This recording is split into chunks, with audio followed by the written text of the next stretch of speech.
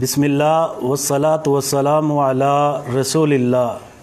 معزز ناظرین کرام، السلام علیکم ورحمۃ اللہ وبرکاتہ۔ رمضان المبارک کیسے گزاریں، انتہائی اہم عنوان کے ساتھ آپ کی خدمت میں حاضر ہیں۔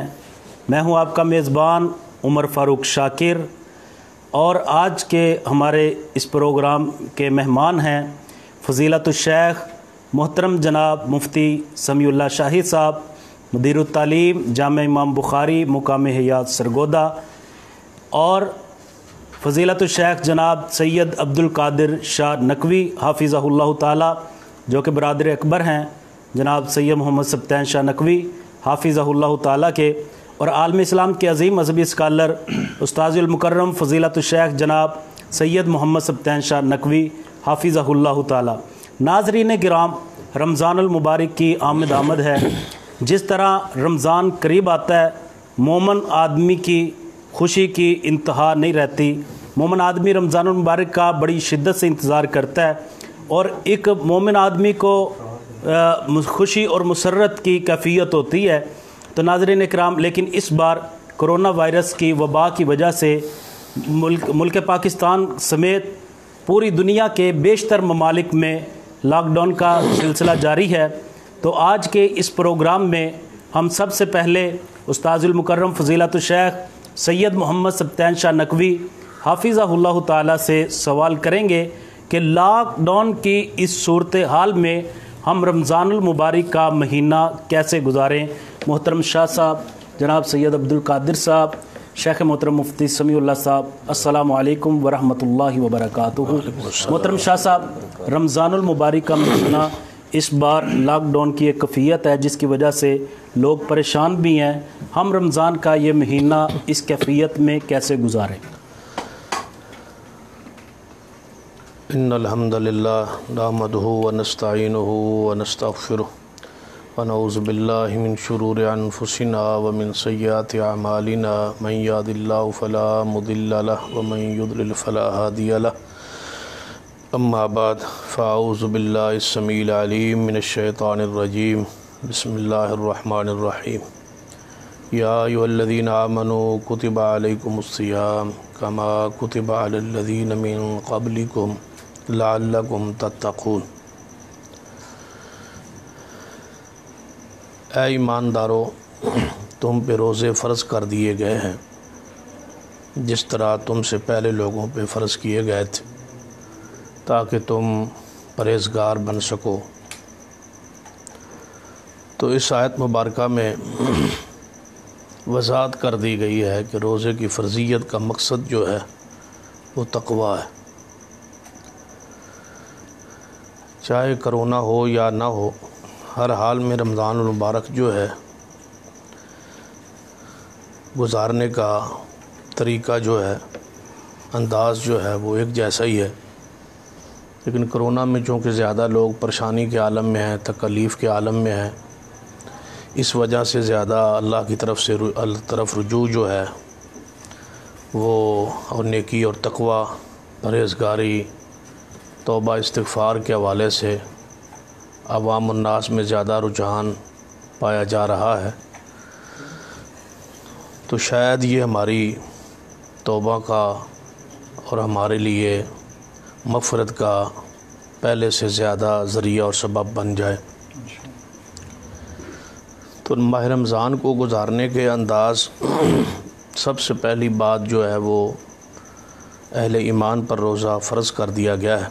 فمن شاہد منکم الشہر فلیصمہ، جو شخص موجود ہو ماہ رمضان کو پا لے، حالت صحت میں ہو، کوئی شرعی عذر نہ ہو، تو اس پر ضروری ہے، فرض ہے کہ وہ روزہ رکھے۔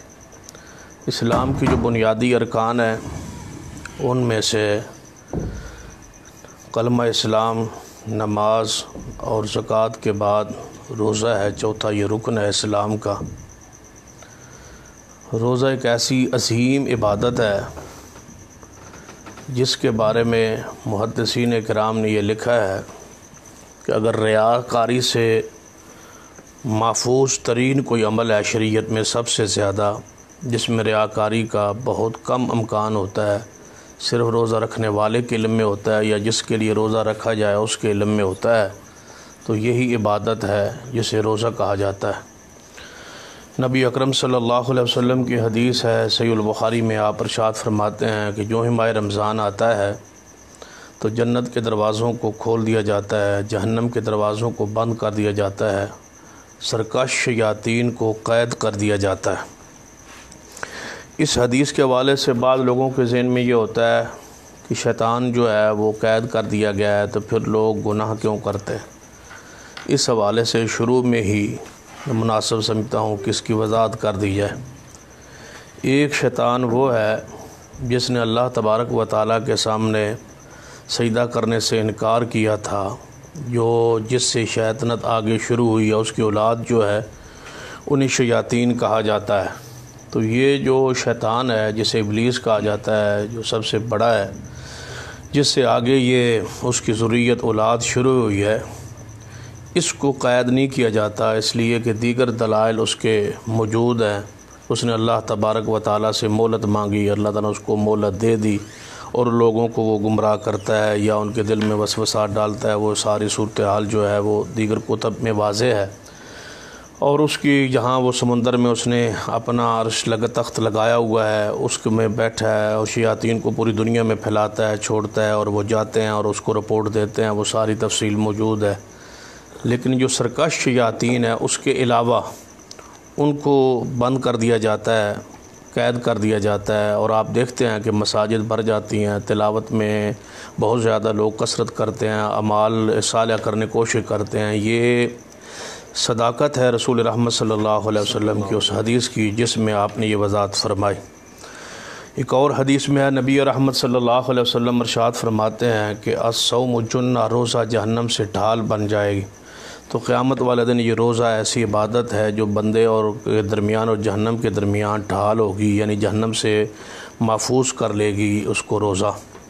ایک اور حدیث میں ہے، صحیح البخاری میں ہی ہے، نبی رحمت صلی اللہ علیہ وسلم ارشاد فرماتے ہیں کہ روزہ اور قرآن جو ہے قیامت والے دن دونوں سفارش کریں گے، اور روزہ یہ کہے گا کہ یا اللہ دن بھر میں نے اس کو کھانے سے، پینے سے، شہوات سے روکا، تو لہٰذا آج میں اس کے حق میں سفارش کرتا ہوں کہ اس کو جنت عطا فرما دے، جہنم سے بچا لے۔ یہی ہے معنی اس حدیث کا کہ روزہ ڈھال بن جائے گا، روزہ اس کے لیے سفارشی ہوگا۔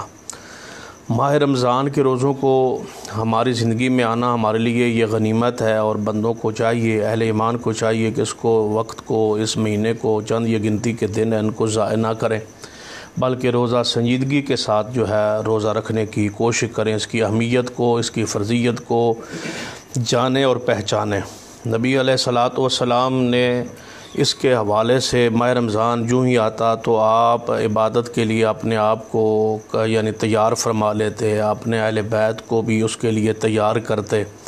تو لہذا روزہ نبی علیہ الصلاۃ والسلام نے ارشاد فرمایا کہ یہ روزہ قیامت والے دن جو ہے بندے کے حق میں سفارش بھی کر رہا ہے، لیکن دوسری صورت میں ہے کہ اگر روزہ رکھنے کے بعد آپ نے روزے کے حقوق کو نہ پہچانا، اس کی قدر کو نہ پہچانا، تو یہ روزہ آپ کے خلاف جو ہے گواہ بھی بن جائے گا، روزہ آپ کے خلاف بھی گواہ بن سکتا ہے۔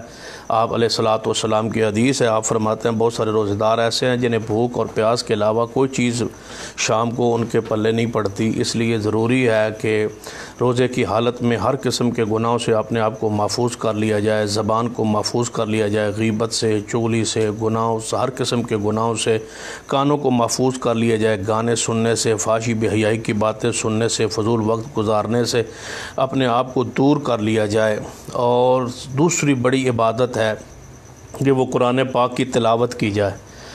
اس سے بڑی عبادت ماہ رمضان میں اور کوئی نہیں ہو سکتی۔ پہلی عبادت کے روزہ، اگر ماہ رمضان کے روزے کو بندہ بغیر کسی عذر کے چھوڑ دیتا ہے تو گویا وہ ساری زندگی بھی روزہ رکھتا رہے تو اس کے مقام اور ثواب اجر کو نہیں پا سکتا۔ ایک تو روزہ رکھے اور دوسرا کثرت کے ساتھ قرآن پاک کی تلاوت کرے۔ کیوں کہ تلاوت قرآن پاک سے بڑی عبادت ماہ رمضان میں اور کوئی نہیں ہو سکتی۔ جب بندہ عبادت کر رہا ہوتا ہے، قرآن پاک کی تلاوت کر رہا ہوتا ہے، تو اپنی آنکھوں سے قرآن کو دیکھتا ہے، زبان سے قرآن کو پڑھتا ہے، کانوں سے قرآن کو سنتا ہے، دل و دماغ سے قرآن کے مفاہیم معانی کو جناب سوچتا ہے، سمجھتا ہے، تو گویا اس کا پورا وجود عبادت کے اندر اندر مصروف ہے، تو لہٰذا دوسرا بڑا عمل جو ہے وہ کثرت کے ساتھ قرآن پاک کی تلاوت کو جو ہے ماہ رمضان میں اس کو اختیار کرے۔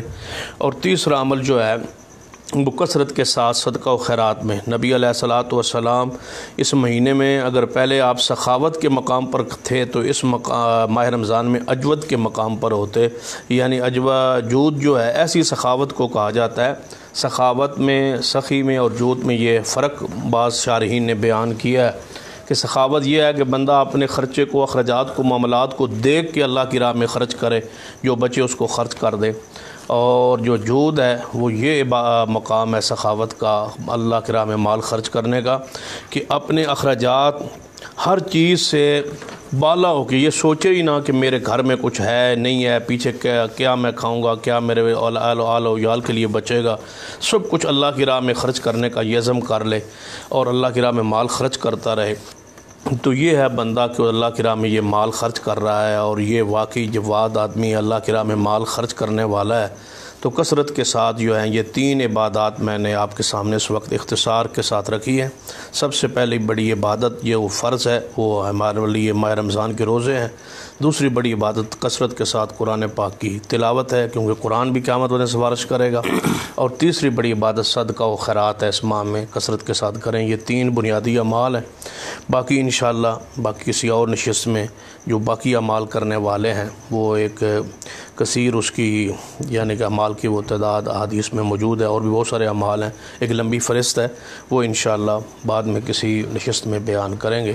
اللہ مجھے اور سارے ناظرین کو ان نصائح پہ عمل کرنے کی توفیق عطا فرمائے۔ ناظرین کرام، سوالات کا سلسلہ شروع کرتے ہیں انشاءاللہ تعالیٰ۔ یہ جو نصیحت والا سلسلہ ہے یہ رمضان المبارک میں جاری رہے گا۔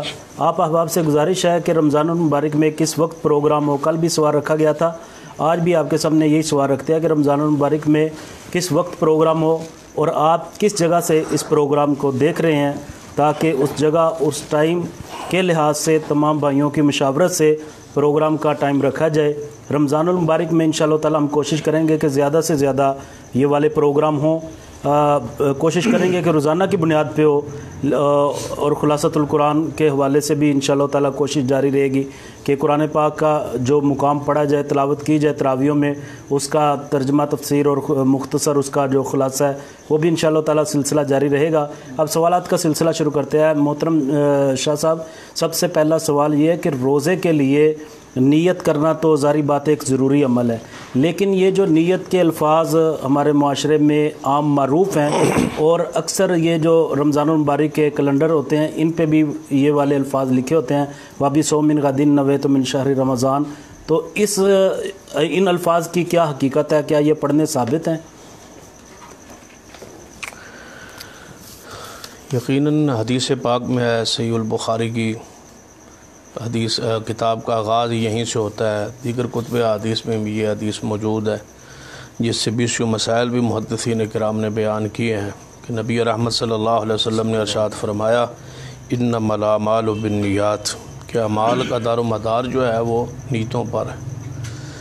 تو گویا اعمال تبھی اللہ تبارک و تعالیٰ کے ہاں قبول ہوں گے جب کہ نیت آپ کی درست ہوگی۔ نیت سے مراد یہ ہے کہ جو دل کا ارادہ کیفیت ہے آپ کی، جو اس پر تمہارے اعمال کی بنیاد ہے، اساس ہے۔ یعنی آپ نے اگر وہ عمل اللہ کی رضا کے لیے کر رہے ہیں تو اس کا ثواب ملے گا، اگر ریاکاری کے لیے ہے تو اس کا کوئی ثواب نہیں ملے گا، کیونکہ دوسری حدیث میں بھی یہ وضاحت ہے، اور وہ بھی صحیح البخاری میں ہی ہے کہ سب سے پہلے جو جہنم میں قیامت والے دن لوگ جائیں گے وہ 3 لوگ ہی ہوں گے، جو سخاوت کرنے والا ہوگا دکھلاوے کے لیے، جہاد کرنے والا ہوگا دکھلاوے کے لیے، قرآن پاک کی تلاوت کرنے والا قاری یا خطیب ہوگا دکھلاوے کے لیے۔ تو ایسا تینوں شخص جو ہیں وہ جہنم میں جا رہے ہیں، کیونکہ انہوں نے جہاد کیا تھا۔ اعمال جو ہیں اس پہ ذرا دیکھ لیں، غور کر لیں کہ جو اعمال ہیں وہ تینوں کے تینوں بڑے پیارے ہیں۔ اللہ کی راہ میں جہاد کرنا، قرآن پاک کی تلاوت یا تلاوت کرنا، پڑھنا پڑھانا قرآن پاک، اسی طرح سخاوت کرنا، اللہ کی راہ میں مال خرچ کرنا، بہت بڑا اجر و ثواب ہے، لیکن اس کے باوجود وہ جہنم میں جا رہے ہیں۔ مال خرچ کیا ہے، جہاد بھی کیا ہے، لیکن نیت کی جو اندر کی فطور تھا، ارادہ تھا، وہ درست نہیں تھا، اللہ کی رضا مقصود نہیں تھی۔ تو یہ ہے اس حدیث کا معنی کہ اعمال کا دار و مدار بھی نیت پر ہے۔ اسی لیے حدیث پاک ہے الصوم لی وانا اجزی بہ، کہ روزہ میرے لیے ہے اور میں ہی اس بندے کو جزا دوں گا۔ اس لیے محدثین نے فرمایا ہے کہ ریا کا جو کوئی تصور یہاں کم ہوتا ہے تو اللہ تعالیٰ اس کا خاص اجر عطا فرمائیں گے اہل ایمان کو روزے کا۔ تو روزے کا دار و مدار بھی نیت پر ہے۔ نیت کا معنی یہ ہے کہ دل کے ارادے پر ہے کہ کس کے لیے آپ رکھ رہے ہیں۔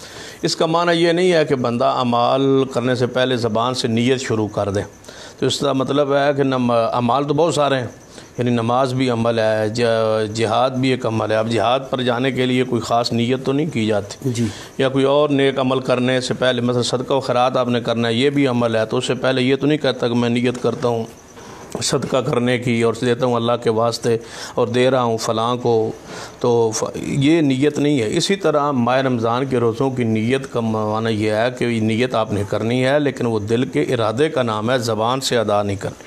زبان سے الفاظ ہمارے ملک میں مروجہ ہیں الفاظ، وَبِصَوْمِ غَدٍ نَوَیْتُ مِنْ شَہْرِ رمضان، کہ میں نے کل کے روزے کی نیت کی۔ یہ الفاظ جو ہیں خود ساختہ ہیں۔ ایک تو ہوتا ہے نا ضعیف روایات اور صحیح روایات۔ میرے علم کے مطابق کوئی ضعیف روایت بھی اس حوالے سے موجود نہیں ہے، واللہ عالم۔ اگر ہو بھی ضعیف تو ہمارے لیے وہ حجت نہیں ہے، صحیح حدیث ہمارے لیے حجت ہے، لیکن اس کے حوالے سے یہ بات عوام الناس کے سامعین کے ذہنوں میں دماغوں میں ڈالنے کے لیے کہ اس پر تو کوئی ضعیف روایت بھی نہیں ہے، تاکہ یہ بات سمجھ لیں کہ یہ الفاظ من گھڑت ہیں، یہ الفاظ بنائے گئے ہیں، یہ الفاظ بدعت ہیں، یہ الفاظ نہیں پڑھ معنی کے لحاظ سے بھی یہ درست نہیں ہے کہ میں نے کل کے روزے کی نیت کی۔ تو دیکھیں اب جب سحری کا بندہ کھا رہا ہے اور سحری کا وقت ختم ہونے لگا ہے تو رات سے وہ پہلی رات تو ماہ رمضان کی ہے نا، آج تو شروع ہو گیا صبح کے وقت، تو اس کو یہ چاہیے تو تھا کہ میں نے آج کے روزے کی نیت کی، لیکن وہ کہہ رہا ہے کہ میں نے کل کے روزے کی نیت کی۔ تو یہ کل کے روزے کی جو نیت ہے یہ الفاظ بھی درست نہیں ہے، معنی بھی درست نہیں ہے، لہٰذا یہ الفاظ نبی علیہ السلام، صحابہ کرام، محدثین کرام سے ثابت نہیں ہے، یہ بدعت ہے۔ دل کے ارادے کا نام، آپ نیت کر لیں کہ میں نے اللہ کے لیے روزہ رکھنا ہے، آپ سحری کھائیں اسی ارادے سے کھا رہے ہیں کہ میں نے روزہ رکھنا ہے، یہی نیت ہے کہ اللہ کی رضا کے لیے میں روزہ رکھوں گا، تو یہ آپ نیت ارادہ یہ ہو، زبان سے ادا کرنا ہے، الفاظ حدیث میں نہیں ہے۔ اور جو افطاری کے وقت دعا پڑھی جاتی ہے اللہم انی لک صمت، اللہم انی لک صمت وبک آمنت وعلیک توکلت وعلی رزقک افطرت، یہ سارے الفاظ جو اس طرح ہیں حدیث میں منقول نہیں۔ اللہم لک صمت وعلی رزقک افطرت، یہ الفاظ بعض آثار میں موجود ہیں۔ ذہب الظمأ وابتلت العروق وثبت الأجر انشاءاللہ، یہ الفاظ جو ہیں اس پر تھوڑا سا اختلاف بعض علماء نے کیا ہے کہ یہ جو ہے نا بسم اللہ پڑھ کے کھانا آپ افطاری کا شروع کر دیں، اور جب آپ نے افطاری کر لیں تو یہ الفاظ جو ہے نا وہ پڑھ لیں، ذہب الظمأ وابتلت العروق وثبت الأجر انشاءاللہ۔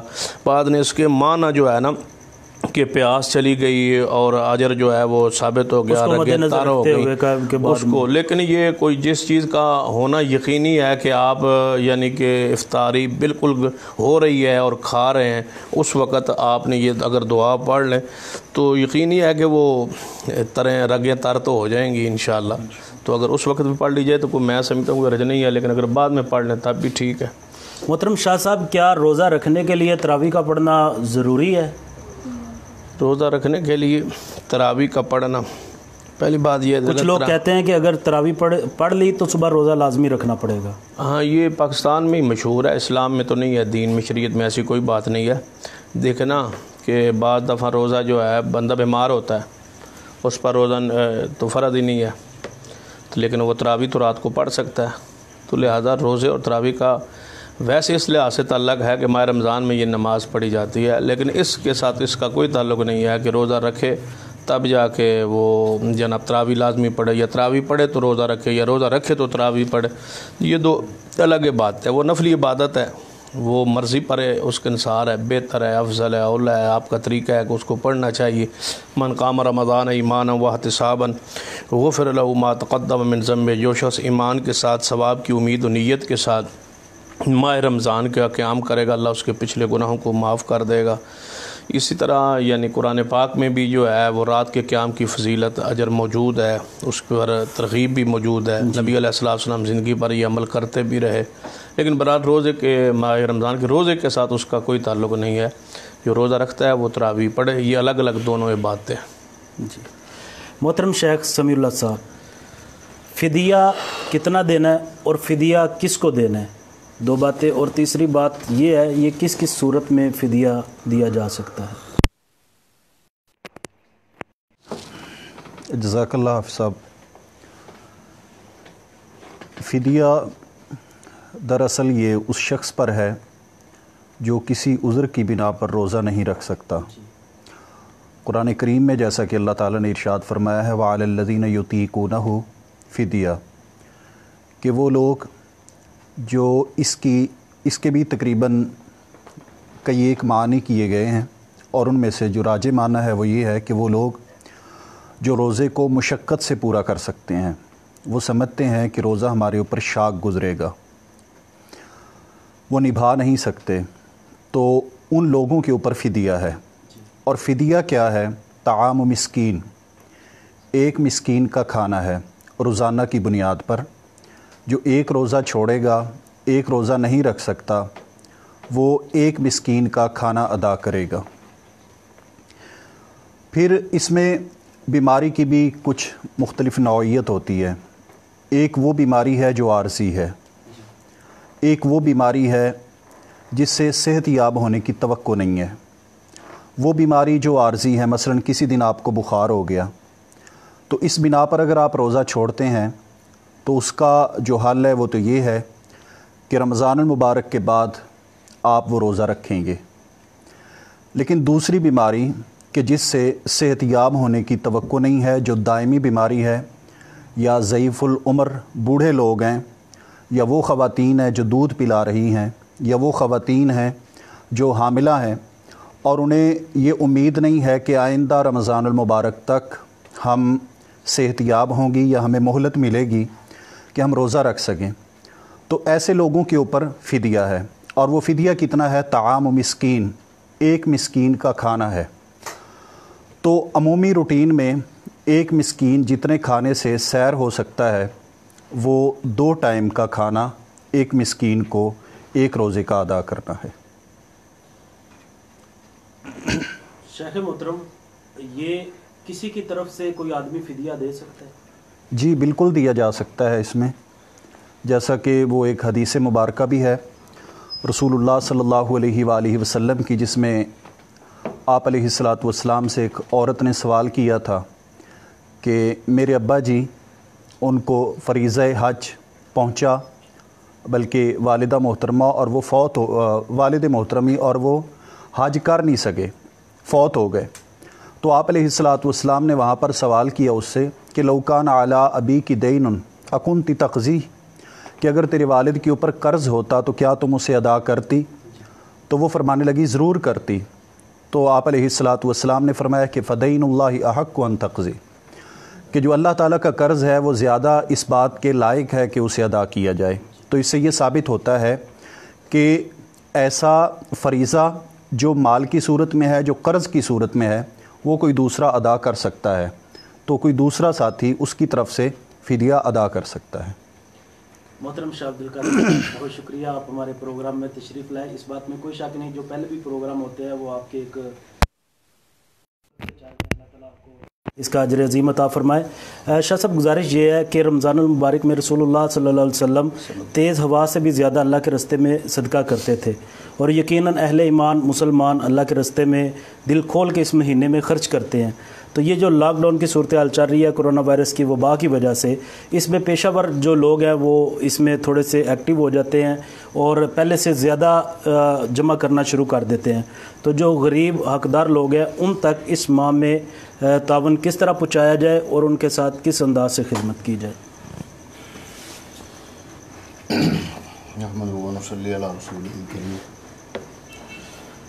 شکریہ حافظ صاحب.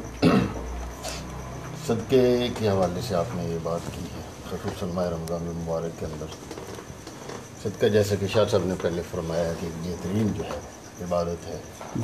آنے والی دکھ پریشانیاں مصیبتیں ان کو ٹالنے کا بھی ایک سبب اور ذریعہ ہے.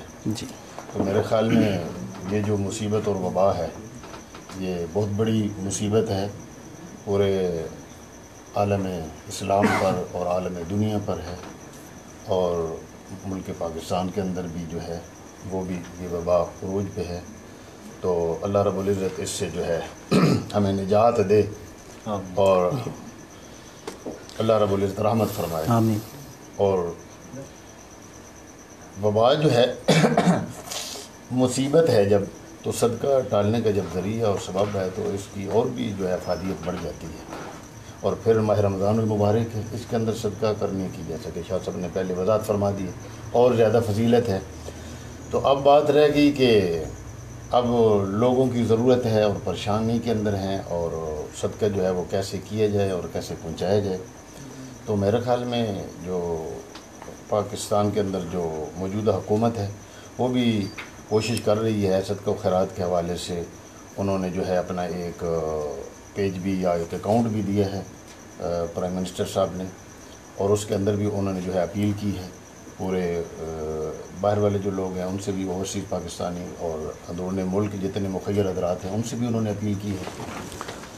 تو وہ بھی بہترین ایک ذریعہ ہے جو ضرورت مند لوگ ہیں ان تک پہنچانے کا، کیونکہ حکومت کے ہاتھ لمبے ہوتے ہیں، ان کے وسائل ہیں، تو اس لحاظ سے وہ زیادہ دیکھ سکتے ہیں کہ کس علاقے کے اندر زیادہ، کس صوبے کے اندر، کس مقام جو ہے زیادہ وہ حقدار ہے، یا وہاں کے لوگ زیادہ حقدار ہیں، یا وہاں پر وبا زیادہ ہے، تکلیف زیادہ ہے، پریشانی زیادہ ہے، یا لوگوں کو جو ہے اس حوالے سے بچانا ہے اس مصیبت سے.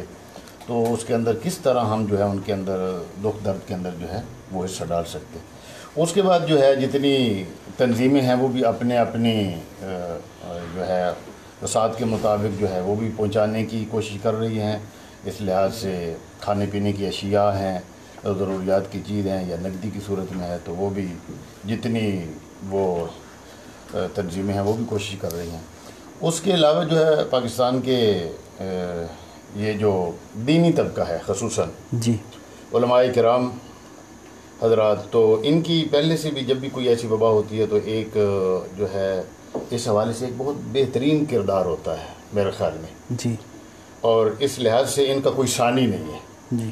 چاہے کوئی بھی مکتبہ فکر ہو. جی. کہ پاکستان کے اندر صدقہ و خیرات کے حوالے سے کوئی وبائی صورتحال، سیلاب ہو، کوئی زلزلہ ہو، کوئی تکلیف پریشانی ہو، تو یہ خدمت کے حوالے سے جو علماء ہوتے ہیں ان کا کردار جو ہے وہ سر فہرست ہے، یا یہ اول جو ہے صف کے اندر موجود ہوتے ہیں.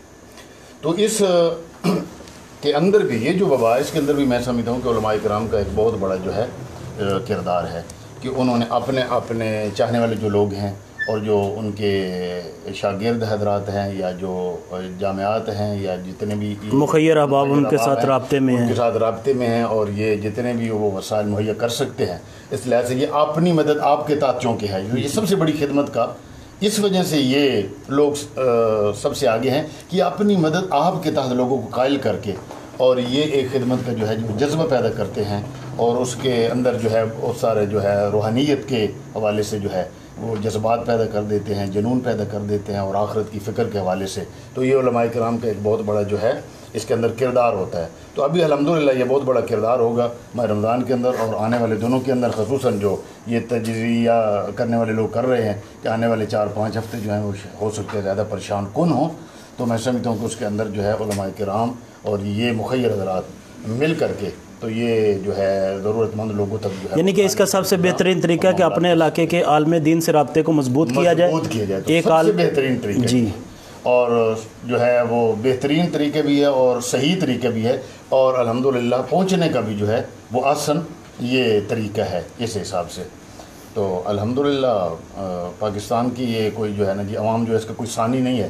الحمدللہ صدقہ و خیرات کے اندر یہ جو ہمارے پیچھے تاریخ ہے، تو اس حوالے سے میں سمجھتا ہوں کہ اللہ رب العزت مزید علماء سے اور دینی جو مخیر حضرات، یہ جو طبقہ ہے، ان سے جو مال والے لوگ ہیں اسلام کے اوپر اور اپنے ضرورت مند بھائیوں کے اوپر اس تکلیف پریشانی کے اندر، اور یہ جو عوام دکھ اور تکلیف کے اندر، اس کے اندر جو ہے ان کا ہاتھ بٹانے کے اندر اور ان کے ساتھ جو ہے تعاون کرنے کے اندر انشاءاللہ العزیز وہ پہلے سے بڑھ چڑھ کے زیادہ کردار ادا کریں گے. اور اللہ رب العزت جو ہے ہم سب کی مدد فرمائے گا اور اس وبا سے نجات عطا فرمائے گا.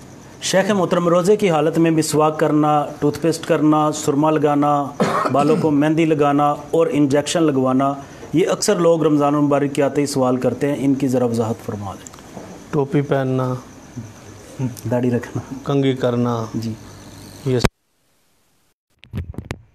جب ہم دیکھتے ہیں شریعت مطہرہ کو پڑھتے ہیں تو وہاں پر ہمیں قرآن کریم میں بھی اور رسول پاک صلی اللہ علیہ وسلم کی احادیث میں بھی بڑی واضح ہدایات روزے کے متعلق ملتی ہیں، اور وہ تمام نواقص جو روزے کے توڑنے کا سبب ذریعہ بنتے ہیں یا روزے میں اجر میں کمی اور نقص کا ذریعہ بنتے ہیں، روزے کو فاسد کرنے کا ذریعہ بنتے ہیں، رسول پاک صلی اللہ علیہ وآلہ وسلم نے وہ بیان فرما دیے ہیں۔ بلکہ اگر کہیں یہ چانس بھی تھا کہ شاید یہ بندہ اس علاج کی وجہ سے، اس تدبیر کی وجہ سے روزہ چھوڑنے پر، روزہ توڑنے پر مجبور نہ ہو جائے، تو اللہ کے محبوب صلی اللہ علیہ وسلم نے وہ بھی بیان فرما دیا۔ آپ نے فرمایا کہ افطر الحاجم والمحجوم، سنگی لگانے والا اور سنگی لگوانے والا، ان دونوں نے روزہ افطار کر لیا۔ اس کا مطلب یہ نہیں ہے کہ روزہ ختم ہو گیا، اس کا مطلب یہ ہے کہ وہ دونوں افطاری کے قریب ہو گئے۔ کیسے؟ کہ وہ بندہ جس نے سنگی لگوائی ہے، خون نکلنے کی وجہ سے ممکن ہے کہ اس کو کمزوری لاحق ہو اور وہ روزہ توڑ بیٹھے، پورا نہ کر سکے۔ اسی طرح وہ شخص جو سنگی لگا رہا ہے، منہ کے ذریعے وہ خون کھینچتا ہے جب، تو ممکن ہے کہ وہ خون اس کے حلق تک پہنچے، پیٹ میں چلا جائے، تو یہ کیفیت اس کی افطار کرنے کے قریب تر ہے۔ اللہ کے پیغمبر صلی اللہ علیہ وسلم نے یہ بھی بیان فرما دیا ہے۔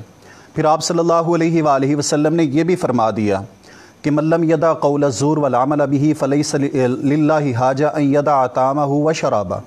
وہ انسان جھوٹی بات، بیہودہ گفتگو جو نہیں چھوڑتا، تو کوئی ضرورت نہیں ہے کہ وہ شخص اپنا کھانا اور پینا چھوڑے۔ تو یہ تمام کیفیات اللہ کے پیغمبر صلی اللہ علیہ وسلم نے بیان فرما دی ہیں۔ نبی کریم صلی اللہ علیہ وسلم نے یہ کہیں بھی نہیں فرمایا کہ روزے کی حالت میں مسواک نہ کی جائے، روزے کی حالت میں سرما نہ ڈالا جائے، روزے کی حالت میں تیل نہ لگایا جائے، بلکہ بعض حضرات تو یہ بھی کہتے ہیں کہ اعتکاف کی حالت میں غسل نہ کیا جائے۔ یہ تمام پابندیاں، جکڑ بندیاں، یہ نبی پاک صلی اللہ علیہ وسلم کی شریعت مطہرہ میں ہمیں قطعاً نہیں ملتی۔ یہ ساری کی ساری جو ہمارے کیلنڈر چھاپے جاتے ہیں یا وہ کتابیں جو بغیر کسی دلائل کے لکھی جاتی ہیں رمضان المبارک کے مسائل کے متعلق، یہ باتیں ان کی زینت ہوتی ہیں۔ نبی علیہ الصلاۃ والسلام سے ایسی کوئی بات ثابت نہیں ہے، بلکہ روزہ تو اللہ تعالیٰ کے قرب کا ذریعہ ہے، اور اللہ تبارک و تعالیٰ طہور ہے، میرا رب ذوالجلال، اور طہارت کو پسند کرتا ہے، پاکیزگی کو پسند کرتا ہے۔ تو اس پاکیزگی کا ایک حصہ ہے مسواک، السواک مطہرۃ للفم، یہ منہ کی پاکیزگی کا ذریعہ ہے، تو یہ تو اللہ تعالیٰ کے قرب کا ذریعہ ہے، چہ جائے کہ ہم اس سے روک دیں لوگوں کو۔ شیخ محترم، اگر روزے کی حالت کے بارے میں جی، ہانڈی چکھنا یعنی یا پانی نمکین ہے، جب آپ کلی کرتے ہیں دوران روزہ تو زبان کو وہ ذائقہ لگ جاتا ہے، یا ہانڈی کا چکھنا دوران روزہ، اس کی اجازت ملتی ہے، اندر نہ لے جائیں۔ اس کا مطلب ہے زبان کے ساتھ اس کا کلی کرنا، پھر اس کے یعنی مسواک کے ساتھ ساتھ پھر ٹوتھ پیسٹ بھی ہے، بعض کیا جا سکتا۔ بعض تر اور خشک مسواک کا فرق کرتے ہیں، یہ فرق بھی نہیں۔ اور انجیکشن کا لگوانا، انجیکشن کے بارے میں یہ ضرور ہے کہ یعنی کچھ وہ انجیکشن ہیں جو براہ راست غذائیت جن میں ہوتی ہے، جو انجیکشن غذا کا ذریعہ بنتے ہیں، تو ان سے اجتناب بہتر ہے۔ ضروری ہے روزے کی حالت میں قے آ جانا اور روزے کی حالت میں احتلام ہو جانا، کیا اس سے روزہ ٹوٹتا ہے؟ نہیں، نہ جو نواقض روزہ ہیں ان میں سے نہ قے ہے اور نہ ہی احتلام ہے، یعنی یہ دونوں چیزیں انسان کے اختیار میں ہی نہیں ہیں۔ جی، جب یہ دونوں چیزیں انسان کے اختیار میں نہیں ہو جاتی ہیں تو از خود آ جائے تو ٹھیک، نہیں ٹوٹتا، جان بوجھ کے کرے تو وہ ایک تقسیم ملتی ہے کہ من استقاء، جو شخص قے کر لیتا ہے، جان بوجھ کے کرتا ہے، تو اس کا روزہ ختم ہو گیا۔ لیکن ایسی بھی کوئی صراحت رسول اللہ صلی اللہ علیہ وسلم سے یا ایسی تقسیم و تفصیل آپ سے ملتی نہیں ہے۔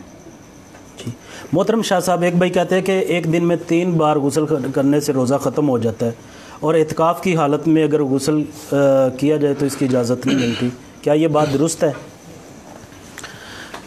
2 بار تو نہیں نا، روزے کو کچھ نہیں ہوتا نا 2 بار تو، جی یعنی 2 بار تو وہ مان رہا ہے کہ کچھ نہیں ہوتا، جی، تیسری بار جو ہے، ویسے حیرانی کی بات ہے 3 دفعہ وہ نہاتا کیوں ہے؟ سارا دن وہ نہانے والا کام ہی کر رہا ہے، لیکن اپنے آپ کو استراحت سکون پہنچانے کے لیے چھاؤں میں بیٹھنا، اے سی میں جانا، ٹھنڈک حاصل کرنا، ہوا کا انتظام کرنا، پنکھے کا انتظام کرنا، نہانا، غسل کرنا تاکہ اس سے سکون پہنچے اور پیاس کی شدت میں کمی ہو، تو کوئی کا بات نہیں ہے، کوئی رج والی بات نہیں ہے، یعنی اس پر کوئی نواقض جو روزے ہیں ان میں یہ چیز داخل شامل نہیں ہے کہ بندہ نہانے سے ایک بار 2 بار 3 بار جتنی بار بھی کوئی نہاتا ہے یا پانی ڈالتا ہے یا اوپر کوئی کپڑا وغیرہ گیلا لیتا ہے، جس طرح عام دیہاتوں میں رواج ہے، یہ ساری صورتیں جائز ہیں، اس میں کوئی حرج نہیں ہے۔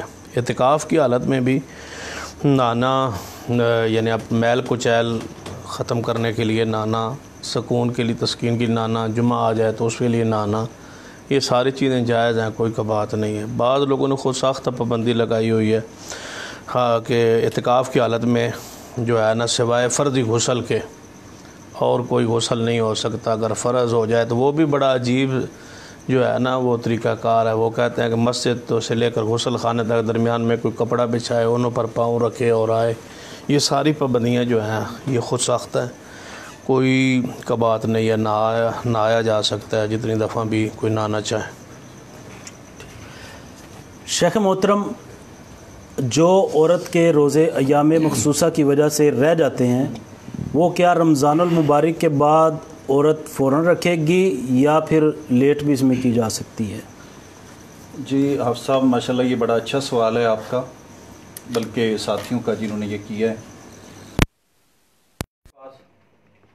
ام المؤمنین صدیقہ بنت صدیق سیدہ عائشہ رضی اللہ تعالیٰ عنہ، ان کی حدیث مبارکہ ایک روشن راہ کے طور پر موجود ہے کہ امی جان فرماتی ہیں کہ میرے وہ روزے جو کسی عذر کی بنا پر رہ جاتے تھے، رمضان المبارک کے فرضی روزے، تو میں انہیں اگلے رمضان سے پہلے شعبان کے اندر ان کو قضا کیا کرتی تھی۔ امی عائشہ صدیقہ رضی اللہ تعالیٰ عنہ فرماتی ہیں شغلم برسول اللہ صلی اللہ علیہ وسلم، رسول پاک صلی اللہ علیہ وسلم کے ساتھ مصروفیت کی وجہ سے۔ تو اس حدیث مبارکہ سے یہ ثابت ہوتا ہے کہ ہماری جس ماں بہن بیٹی کے یہ روزے رمضان المبارک میں رہ جائیں تو وہ آئندہ رمضان سے پہلے کسی بھی مہینے میں، حتیٰ کہ شعبان میں بھی وہ ان روزوں کو رکھ سکتی ہیں۔ جیسے آپ گرمیوں کے روزے ہیں تو سردیوں میں بھی رکھ سکتی ہیں؟ جی کوئی حرج نہیں، جب اللہ تبارک و تعالیٰ نے اور اس کے محبوب نے اجازت دی ہے تو ہم کسی پہ پابندی نہیں لگا سکتے۔ رمضان تو پہلے مہربانی کرے رکھ لیں۔ شیخ محترم شاہ صاحب، سوال یہ ہے جس طرح رمضان شروع ہونے والا ہوتا ہے تو 20 اور 8 رکعت تراویح، اس کا ایک بہت بڑی بحث چھڑ جاتی ہے اس کی، تو تراویح کی تعداد کتنی ہے، 8 ہے یا 20؟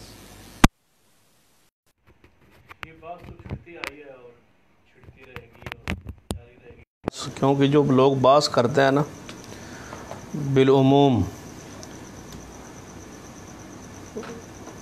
وہ باس ختم کرنے کے لیے یا سمجھنے سمجھانے کے لیے باس نہیں کرتے، وہ الجھانے کے لیے کرتے ہیں، یا اپنے ہر کوئی اپنی تحقیق یا اپنے مسلک کے دفاع کے لیے وہ ایسی باتیں کرتا رہتا ہے، پھیلاتا رہتا ہے، یعنی اس کا کوئی خاطر خواہ فائدہ عوام الناس کو حاصل نہیں ہوتا۔ ہاں اس بندے کو جو یہ سمجھنا چاہتا ہے کہ میں ماہ رمضان میں وہی نماز پڑھنا چاہتا ہوں، کیفیت میں بھی تعداد میں بھی جو رسول رحمت صلی اللہ علیہ وسلم سے ثابت ہو، تو ایسے انسان کے لیے جو یہ چاہتا ہے کہ مسنون رکعات پڑھنا چاہتا ہوں، وہی نماز جتنی رسول اللہ صلی اللہ علیہ وسلم نے پڑھی ہے تو وہی میں پڑھنا چاہتا ہوں، تو اس آدمی کے لیے جس کا یہ دل صاف ہو، شفاف ہو، ہر قسم کے مسل کی جو جکڑ بندی ہے اس سے بالکل پاک ہو، خالص نبی علیہ الصلوۃ والسلام کے عمل کو، حدیث کو لینا چاہے، اس کے لیے گزارش یہ ہے۔ جو کسی نہ کسی فرقے کا پابند ہے تو وہ تو اسی چیز کو لے گا، اسی کو قبول کرے گا، وہ تو دوسرے اس طرح اپنے دل جو ہے وہ ویسے ہی باس کو الجھانے کے لیے کوئی بات چھیڑ دے گا اور اس پر ختم ہو جائے گی۔ تو اس آدمی کے لیے جو کتاب و سنت کے مطابق عمل کرنا چاہتا ہے اس کے بارے میں بالکل فیصلہ کن حدیث صحیح البخاری میں موجود ہے۔ امام بخاری رحمۃ اللہ علیہ اس حدیث کو کتاب صلاۃ تراویح میں لے آئے ہیں اور اس پر وضاحت موجود ہے کہ سیدہ کائنات ام جی عائشہ رضی اللہ تعالیٰ عنہا سے پوچھا گیا کہ نبی اکرم صلی اللہ علیہ وسلم ماہ رمضان میں کتنی رکعات پڑھتے تھے، یہ سوال پوچھا گیا۔ تو سیدہ عائشہ رضی اللہ تعالیٰ عنہا نے جواباً ارشاد فرمایا ماہ رمضان ہوتا یا غیر رمضان ہوتا آپ 11 رکعات سے زیادہ نہیں پڑھتے تھے۔ یہ بخاری میں حدیث موجود ہے۔ لوگوں کا اعتراض یہ ہے کہ سیدہ عائشہ رضی اللہ تعالیٰ عنہا نے ساتھ جواب میں غیر رمضان کا ذکر کیا ہے، تو لہذا یہ سوال جو ہے جواب تراویح کا نہیں ہے۔ حالانکہ بات تو سوال پہ غور کرنا چاہیے نا۔ آپ نے مجھ سے سوال کیا کیا ہے؟ تراویحوں کی تعداد کے بارے میں سوال کیا ہے نا۔ اب جواب میں جتنی تفصیل بیان کر دوں، کوئی اور مسئلہ ساتھ بیان کر دوں، اس کی وضاحت کر دوں، یہ تراویح کا مسئلہ سائل کے سوال کا تعلق جو ہے آپ نے جو اس وقت سوال کیا ہے وہ وہی ہے جو سیدہ کائنات رضی اللہ تعالیٰ عنہا سے کیا۔ اس کی مثال میں قرآن پاک سے بھی آپ کو دوں گا۔ سیدنا موسیٰ علیہ الصلوۃ والسلام کے ہاتھ میں لاٹھی تھی، تو اللہ تبارک و تعالیٰ نے سوال کیا، پوچھا کہ اے موسیٰ علیہ السلام آپ کے ہاتھ میں کیا ہے؟ کہا یا موسیٰ دائیں ہاتھ میں کیا ہے؟ تو فرمایا کہ یہ میرے پاس سوٹی ہے، اس کے ساتھ میں ٹیک لگاتا ہوں، بکریاں چراتا ہوں، پتے جھاڑتا ہوں اور کئی فائدے۔ سوال یہ تھا کہ آپ کے ہاتھ میں کیا ہے، جی یہ نہیں تھا آپ اس کے ساتھ کرتے کیا ہیں۔ جی تو سیدنا موسیٰ علیہ السلام نے جواب میں وضاحت فرمائی۔ عائشہ رضی اللہ تعالیٰ سے یہی پوچھا گیا کہ نماز کتنی تھی رمضان میں، انہوں نے فرمایا رمضان ہوتا یا غیر رمضان ہوتا، یعنی جس طرح غیر رمضان میں آپ 11 سے زیادہ نہیں نہ پڑھتے تھے، جی ماہ رمضان میں بھی آپ کی نماز یہی ہوتی تھی۔ میرے علم کے مطابق میں اپنے علم کے حوالے سے بات کر رہا ہوں، باقی کسی بڑے عالم کے علم میں کوئی بات ہو تو وہ بیان کر سکتا ہے۔ میرے علم کے مطابق آج تک میں نے قرآن و حدیث میں کوئی ایک روایت ایسی نہیں پڑھی، کوئی ایک رات ایسی نہیں پڑھی نبی علیہ الصلوۃ والسلام کی کہ آپ نے اپنی زندگی میں کوئی رات ایسی گزاری ہو جس میں آپ نے 20 یا 30 یا 100 رکعت یا 20 رکعت پڑھی ہوں۔ میرے علم میں ایسی کوئی حدیث نہیں ہے۔ نبی اکرم صلی اللہ علیہ وسلم نے اگر ساری رات بھی عبادت کی ہے نا تو آپ نے رکعات کو نہیں بڑھایا، بلکہ قرأت قرآن کو بڑھا دیا، تلاوت کو بڑھا دیا ہے، قیام کو لمبا فرما دیا، رکوع کو لمبا کر دیا۔ جس طرح آتا ہے کہ آپ کے پاؤں مبارک پہ کھڑے ہونے کی وجہ پاؤں مبارک جو سوج جاتے تھے وہ بھی اسی وجہ سے، وہ کیونکہ جو 20 تراویح پڑھتا ہے نا اس کے سوجتے کب ہیں، وہ تو آج آ رہا ہے نا۔ جی جی تو یہ نبی علیہ الصلوۃ والسلام تو ان 8 رکعات کو بھی اتنا طویل، اتنا لمبی قرات، تلاوت، پھر رکوع، پھر سجود، اتنا کہ بعض دفعہ صحابہ کرام اس کا ذکر بھی کیا کہ ہمیں خطرہ محسوس ہوا کہ کہیں ہماری سحری نہ رہ جائے۔ تو یہ نبی علیہ الصلوۃ والسلام کا قیام لمبا ہوتا تھا، ہمارا قیام جو ہے وہ چھوٹے ہوتا ہے اور آنا جانے کی فکر ہوتی ہے کہ ہماری نظر جو ہے نا وہ رکعات پر ہے۔ بلکہ اس کے بارے میں یہ بھی کہوں گا کہ قیامت والے دن جو ہے نا اعمال کو تولا جائے گا۔ شاید کسی کے ذہن میں یہ بات اتر جائے کہ قیامت والے دن اعمال کو صرف گنا نہیں جائے گا، تولا جائے گا۔ تعداد کی طرف توجہ کے بعد، تعداد دیکھنے کے بعد اس کو تولا جائے گا کہ معیار بھی ہے یا نہیں، اس کا کوئی وزن بھی ہے یا نہیں اعمال کا۔ تو وزن کس سے پڑے گا؟ قل ان کنتم تحبون اللہ فاتبعونی یحببکم اللہ۔ وزن ہوگا نبی علیہ الصلوۃ والسلام کی سنت کا۔ سنت کو تک عمل نہیں ہوگا، ساری رات قیام کرتا رہے، ساری رات رکعت پہ رکعت چڑھتا رہے، ثواب نہیں ملے گا جب تک سنت کے مطابق نہیں ہوگا۔ ظاہر عمل کتنا ہی اچھا کیوں نہ ہو، لیکن ثواب تب ملتا ہے، اجر تب ملتا ہے جب نبی علیہ السلام کی سنت کے مطابق ہو۔ مسنون رکعت جو ہے تراویح کی وہ 8 رکعت ہے، 3 وتر ہے، تو وہ بندے پر مرضی پر منحصر ہے کہ وہ 3 رکعت پڑھتا ہے، 1 رکعت پڑھتا ہے یا 5 رکعت پڑھتا ہے، جتنا اس کے جی چاہے وہ وطر پڑھتا ہے۔ 8 رکعت قیام ہے، اس کے بعد وطر ہیں، جتنے وہ چاہے پڑھ لے۔ اس کے علاوہ 20 رکعت کی کوئی حدیث نبی علیہ السلام سے باسندے صحیح ثابت نہیں ہے۔ سوال یہ ہوتا ہے کہ حرمین شریفین میں 20 کیوں پڑھی جاتی ہیں؟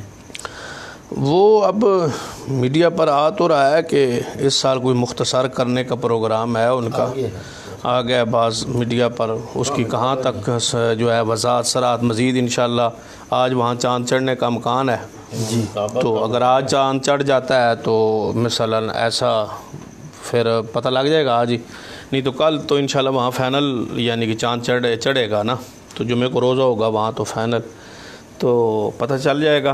بہرحال یہ میڈیا کے جب تک وضاحت سرات پوری طرح عمل وہاں نہیں ہوتا اس تک کچھ کہنا قبل از وقت ہوگا، مناسب نہیں سمجھتا کہ کوئی اچھی بات جو ہے یا کوئی ایسی بات جس کا 100% ہمارے پاس علم نہ ہو اس کو بیان کر دیں۔ یہ تو انشاءاللہ کل یا پرسوں کے سیشن میں وضاحت ہو جائے گی، بات آ جائے گی۔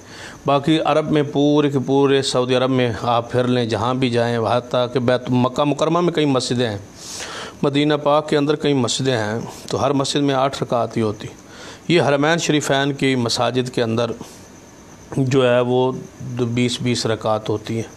اس کی کئی ایک وجوہات ہیں جس کی غالباً علماء کرام نے وہاں اجازت دی ہے یا فتویٰ دیا ہے یا جواز دیا۔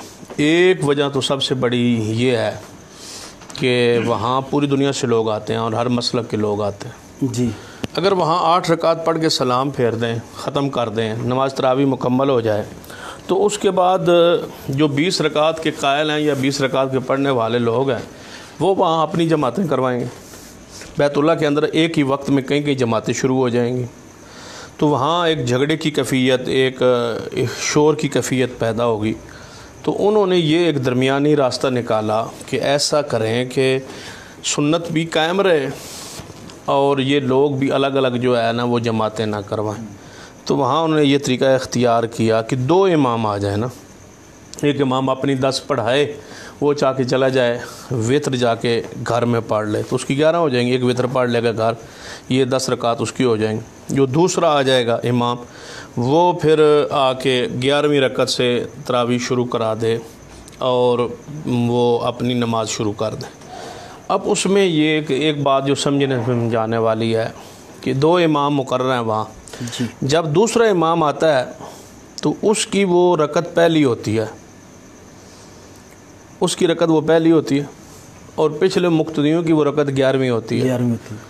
تو یہ بھی ایک مسئلہ ہے، لوگ بعض ناس کا یہ نظریہ بھی ہے نا کہ امام اور مقتدی کی ایک ہی نیت ہونی چاہیے، اور 20 والوں کا یہی ہے۔ ہاں 20 والوں کا خاص کر یہی ہے، تو وہ اس کی پہلی ہے، اس کی 11ویں ہے۔ یہاں تو نیت ہی ایک نہیں رہی، ان کی تو ویسے ہی نیت امام سے مختلف ہو گئی۔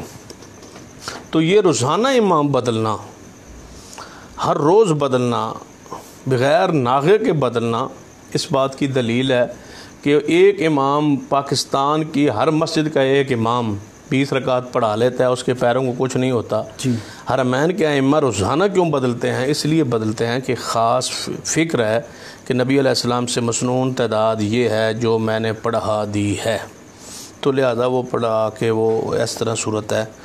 تو اور آخری عشرے میں ایک امام رات کو اور آ جاتے ہیں، اس کا مطلب 30 ہوگی، تو وہ پڑھتے پڑھاتے رہتے ہیں۔ ہمارے نزدیک جو ہے نا وہ تہجد تراویح یہ ایک ہی نماز کے مختلف نام ہیں، قیام اللیل کہہ لیں، صلاۃ اللیل کہہ لیں، صلاۃ التراویح کہہ لیں، قیام اللیل کہہ لیں، یہ ساری ایک ہی نماز کے مختلف نام ہیں، کیونکہ نبی علیہ الصلوۃ والسلام تہجد جو ہے وہ جس رات تراویح پڑھائی ہے آپ نے سحری تک پڑھائی ہے، اس رات پھر الگ تہجد پڑھنا تو آپ کے ثابت نہیں ہے نا، اس کا مطلب ہے ایک ہی نماز ہے۔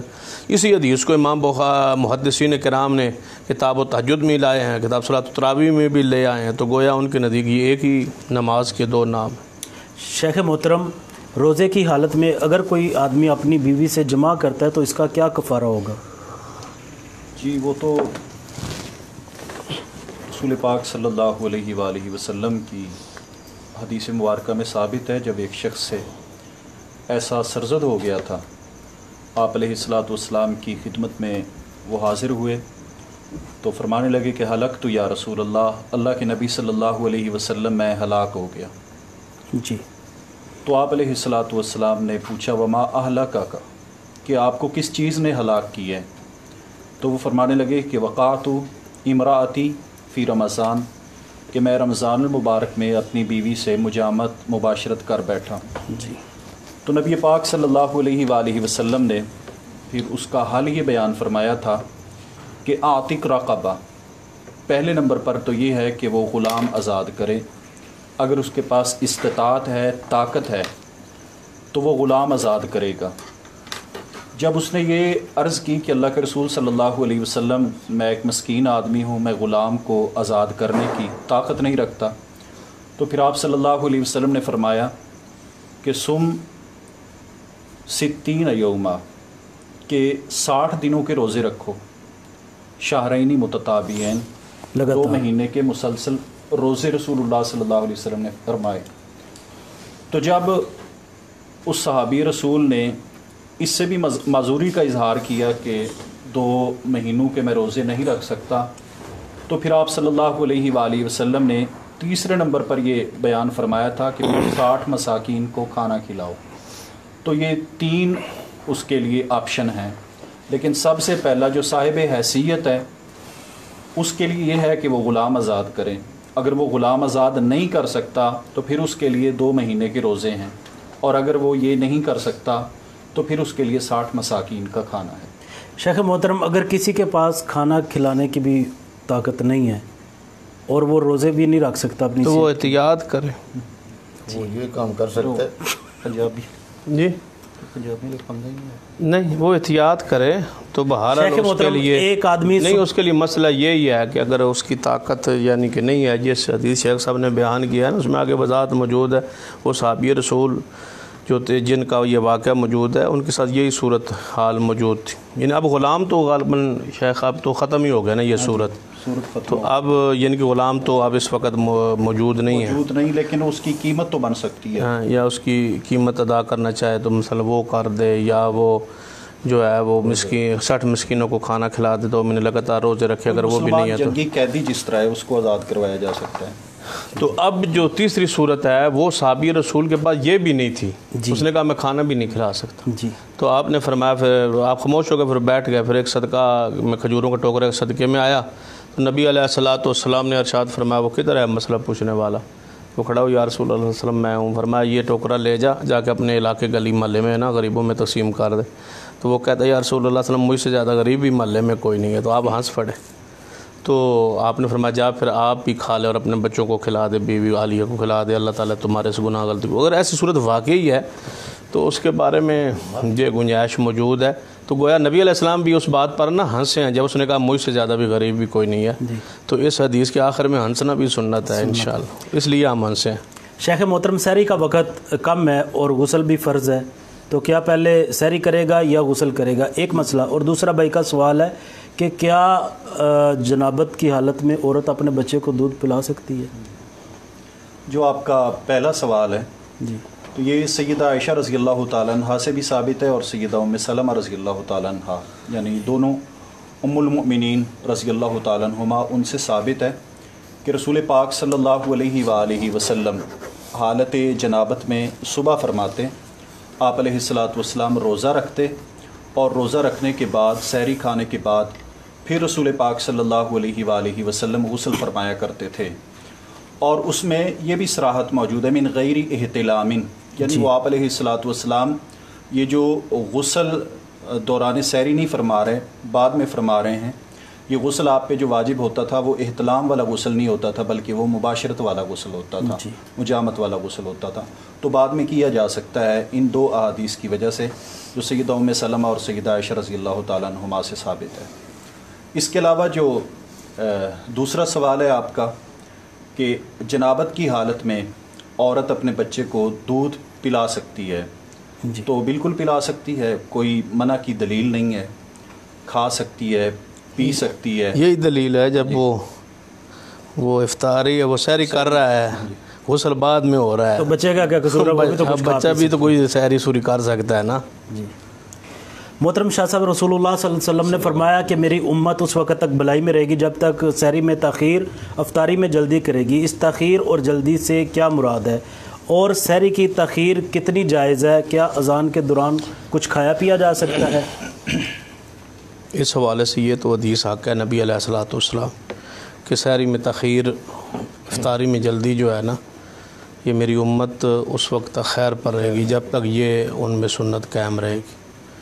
بعض لوگ جو ہیں وہ سورج غروب ہونے کے بعد انتظار کرتے رہتے ہیں ستاروں کے چڑھنے کا، روشن ہونے کا، جس طرح روافظ کے ہاں ایک نظریہ ہے یا عقیدہ ہے۔ تو یہ آرام ہے، یہ یہودیوں کی علامت ہے کہ وہ روزہ جو ہے نا وہ اس کو میں افطاری میں تاخیر کرتے تھے۔ تاخیر نہیں کرنی چاہیے، یوں ہی سورج غروب ہو جائے اس کے بعد کھانا پینا یعنی کہ روزہ افطار کر دینا چاہیے، یہی سنت ہے اور یہ اسی میں خیر ہے، اسی میں بھلائی ہے اور اسی کے رسول اللہ صلی اللہ علیہ وسلم نے تعریف فرمائی ہے۔ اس کا معنی یہ ہے، افطاری کا جلدی کا معنی یہ نہیں ہے کہ عصر کے بعد، یہ بھی نہیں ہے کہ سورج کھڑا ہو تو، یعنی جب اس کا وقت ہو جائے اس کے بعد تاخیر جو ہے نا، سورج غروب ہو جانے کے بعد جو تاخیر ہے وہ نہیں جائز، اس میں جلدی کرے۔ دوسری صورت ہے سحری کی تاخیر، وہ بھی یہی ہے کہ سحری کا جو ہی وقت ختم ہوتا ہے تو اس اخیر تک بعض لوگ پہلے سحری کھا لیتے ہیں، جان بوجھ کے کھا لیتے ہیں، یا کہتے ہیں کہ احتیاط کے طور پر جلدی کھا کے پہلے روزہ بند کر لیتے ہیں۔ اس کی نبی علیہ الصلوۃ والسلام آپ کی کمال شفقت ہے، وَمَا أَرْسَلْنَاكَ إِلَّا رَحْمَةً لِّلْعَالَمِينَ لَقَدْ جَاءَكُمْ رَسُولٌ مِّنْ أَنفُسِكُمْ عَزِيزٌ عَلَيْهِ مَا عَنِتُّمْ۔ یہ نبی علیہ الصلوۃ والسلام کی امت پر شفقت ہے، مہربانی ہے، پیار ہے کہ جتنا زیادہ قریب جا کے اخیر وقت پہ سحری کرے گا تو وہ سحری بہتر ہے، افضل ہے، وہی اس کا اصل وقت ہے، اس میں امت پر حرج بھی کم ہوتا ہے، تکلیف یعنی بنانے میں آسانی، کھانے میں پھر جو ہے اپنے وقت پر کھا لے، لیکن اس میں بھوک میں جو ہے جتنا زیادہ وقت اس کو مل جائے گا، یہ اس پر شفقت ہے، مہربانی ہے، رحمت ہے۔ لیکن اس کا معنی یہ بھی نہیں ہے کہ جان بوجھ کے بندہ انتظار کرتا رہے اور اخیر وقت پہ روزانہ عادت بھی یہ بنا لے کہ میں نے اذان شروع ہونے کے بعد ہی کھانی ہے، یہ طریقہ ٹھیک نہیں ہے۔ ہاں اگر وہ کھا رہا ہے اور اذان شروع ہو گئی ہے تو وہ اپنی حاجت کے مطابق کھا لے، برتن رکھ دینا یا فوری چھوڑ دینا یا اعلان ہونا بند کر دیں، ساری ختم کا وقت ہو گیا بند کر دیں، اب یہ نہیں ہے۔ اذان کے دوران اگر وہ شروع ہو گئی ہے کہ وہ کھا رہا تھا تو اپنی حاجت ضرورت کے مطابق کھا لے، لیکن عادت نہ بنائے، طریقہ کار نہ بنا لے روزانہ میں نے ایسے ہی کرنا ہے اذان کے دوران ہی، بلکہ بعض لوگ دوڑتے ہیں جب اذان شروع ہو جائے پانی پی لو، یہ پہلے انتظام کرنا چاہیے۔ شیخ محترم، بغیر سحری کیے روزہ رکھنا کیسا ہے؟ اگر کسی کی آنکھ نہ کھلے اور وہ پھر سحری کا وقت بھی گزر چکا ہو تو کیا کرے گا وہ؟ سحری اس کو رسول پاک صلی اللہ علیہ وآلہ وسلم نے برکت فرمایا ہے۔ آپ نے فرمایا تسحروا فإن فی السحور برکہ، بے شک سحری کھاؤ، یہ آپ نے تاکید کی ہے، سحری کھاؤ، بے شک سحری کھانے میں برکت ہے، اور یہ برکت کا ہی نتیجہ ہے کہ آپ باقی ایام میں دیکھیں 2 3 بار دن کو کھاتے ہیں، پھر جا کے آپ کا دن پورا گزرتا ہے، اور ادھر روزوں کے دنوں میں چند لقمے ہوتے ہیں اور یہ برکت ہی ہوتی ہے کہ شام تک آپ انہی چند لقموں کے اوپر گزارا کرتے ہیں۔ لیکن جو روزہ ہے وہ ہے نیت سے۔ آپ علیہ الصلوۃ والسلام نے جیسا کہ ارشاد فرمایا کہ من لم یجمع الصیام من اللیل فلا صیام لہ، جس شخص نے رات کے وقت روزے کی نیت نہیں کی تو اس کا روزہ نہیں۔ نیت کے حوالے سے شاہ جی نے تفصیلی گفتگو فرمائی ہے کہ نیت کیا ہے، جیسا کہ حافظ ابن حجر رحمہ اللہ تعالی نے بھی فتح الباری میں یہی فرمایا کہ ارادۃ القلب، یہ دل کے ارادے کا نام ہے نیت۔ تو جس شخص نے رات کے وقت روزے کی نیت نہیں کی اس کا روزہ نہیں ہے۔ تو جس بندے کی رات کو نیت تھی کہ میں نے روزہ رکھنا ہے اور اس کے بعد اگر وہ سحری نہیں کھا سکا تو اس کا روزہ ہے، ٹھیک ہے، وہ روزہ پورا کرے گا اپنا انشاءاللہ۔ اگر کر سکتا ہے تو جی، کہ لازمی اس نے رکھنا ہے؟ نہیں، وہ تو دوسری صورت ہے نا کہ لا یکلف اللہ نفسا الا وسعها، جی، اللہ تعالیٰ کسی نفس کو نہیں تکلیف دیتا مگر اس کی طاقت کے مطابق۔ یعنی وہ بیدار ہونے کے بعد فیصلہ کرے گا کہ میں اس روزے کو نبھا سکتا ہوں یا نہیں۔ بھوک یا پیاس شام تک نہیں، وسعت اگر وہ اس کی نیت ہے، اس کا ارادہ ہے اس وقت کہ میں نے اسے پورا کرنا ہے، لیکن دن کو جا کے وہ محسوس کرتا ہے کہ یہ مجھ سے پورا نہیں ہو سکتا، میں اس کو شام تک نہیں لے جا سکتا، تو اس وقت بھی وہ اس روزے کو ختم کر سکتا ہے۔ جیسا کہ ایک ایسی حدیث بھی رسول اللہ صلی اللہ علیہ وسلم سے فتح مکہ کے موقع پر ہمیں ملتی ہے کہ نبی علیہ الصلوۃ والسلام اور آپ کے صحابہ کرام روزے سے تھے، یعنی روزہ رکھا ہے، پورا کرنے کی نیت سے ہی رکھا ہے، قرائے غمیم مقام پر پہنچے ہیں، صحابہ کرام نے وہاں پر خیمے لگائے ہیں، تو اس وقت رسول اللہ صلی اللہ علیہ وآلہ وسلم نے جب دیکھا کہ میرے صحابہ کرام روزہ پورا نہیں کر سکتے، روزہ ان پہ شاق گزر رہا ہے، تو اللہ کے نبی صلی اللہ علیہ وآلہ وسلم نے ایک پانی کا پیالہ منگوایا اور آپ علیہ الصلوۃ والسلام نے وہاں پر وہ پی لیا تاکہ صحابہ کرام کو بھی یہ علم ہو جائے اور وہ دیکھ لیں کہ رسول پاک صلی اللہ علیہ وسلم نے روزہ افطار کر دیا ہے، ہم پورا نہیں کر سکتے تو ہم بھی روزہ چھوڑ دیں، افطار کر لیں۔ تو ایک شخص اگر اسے محسوس بعد میں ہوتا ہے کہ میں اسے پورا نہیں کر سکتا تو وہ دن کو بھی اس روزے کو چھوڑ سکتا ہے۔ جی شیخ محترم، رمضان المبارک کے 3 عشرے ہیں، معروف ہے کہ پہلا عشر رحمت کا، دوسرا مغفرت کا، تیسرا جہنم سے آزادی کا، اور رسول اللہ صلی اللہ علیہ وسلم کا ایک خطبہ بھی بیان کیا جاتا ہے، کیا یہ درست ہے؟ یہ سارا رمضان المبارک کا ایک ایک لمحہ، ایک ایک گھڑی جی وہ انشاءاللہ تعالی جہنم سے آزادی کی ہے، اللہ تبارک و تعالی کی رحمت کی گھڑی ہے، اور اللہ تبارک و تعالی سے مغفرت طلب کرنے کی گھڑی ہے، ملتی ہے۔ ایسا نہیں ہے کہ پہلے عشرے میں آپ کو رحمت ملے گی، مغفرت نہیں ملے گی، اور دوسرے میں مغفرت ملے گی تو جہنم سے آزادی نہیں ملے گی، لہذا کوئی جہنم سے آزادی نہ مانگے، اور تیسرے عشرے میں جہنم سے آزادی ملے گی، ایسی بات نہیں ہے۔ پورا رمضان ہی رحمت بھی ہے، مغفرت بھی ہے، جہنم سے آزادی بھی ہے۔ اور جو روایت اس حوالے سے پیش کی جاتی ہے رسول اللہ صلی اللہ علیہ وآلہ وسلم کی، جس میں یہ کہا گیا ہے کہ اولہ رحمہ و اوسطہ مغفرہ و آخرہ عتق من النار، تو یہ نبی پاک صلی اللہ علیہ وسلم سے ثابت نہیں ہے، ضعیف روایت ہے، شیخ اس حوالے سے یہ تقسیم درست نہیں ہے۔ شیخ محترم، فطرانہ کتنا دینا ہے؟ اور دوسری بات یہ ہے کہ اگر کوئی آدمی سعودی عرب میں رہتا ہے، وہ کہتا ہے کہ اس وقت کے حالات کی وجہ سے ہم فطرانہ نہیں دے سکتے، تو کیا دوسرے ملک کے رہنے والے ان کے جو ورثاء ہیں وہ فطرانہ دے سکتے ہیں؟ فطرانے کے حوالے سے جو نبی علیہ الصلوۃ والسلام کی ہدایات ہیں وہ 1 سا ہے، جی 1 سا جو 2 کلو اور 11 چھٹانگ یعنی 2.5 کلو سے 1 چھٹانگ زائد ہے، 1 سا۔ تو طعام کا جو بھی جس علاقے کا طعام ہے، کہیں پہ کھجور طعام ہے، کہیں پہ چاول طعام ہے، کہیں پہ گندم طعام ہے، جی تو اس طعام کا 1 سا وہ فطرانہ ہے، صدقۃ الفطر جسے کہا جاتا ہے، تو ادا کریں گے۔ اور یہ اس میں لازم نہیں ہے کہ ہر شخص خود اپنا فطرانہ ادا کرے، جی یعنی یہ لازم نہیں ہے، بلکہ دوسرا اس کی طرف سے ادا کر سکتا ہے۔ تو ایک شخص کسی ایسے ملک میں ہے جہاں پر رہتے ہوئے وہ فطرانہ کسی وجہ سے ادا نہیں کر سکتا، تو دوسرا اس کا ولی، اس کے گھر والے، اس کا کوئی دوست، تعلق دار اس کا فطرانہ وہ ادا کر سکتے ہیں۔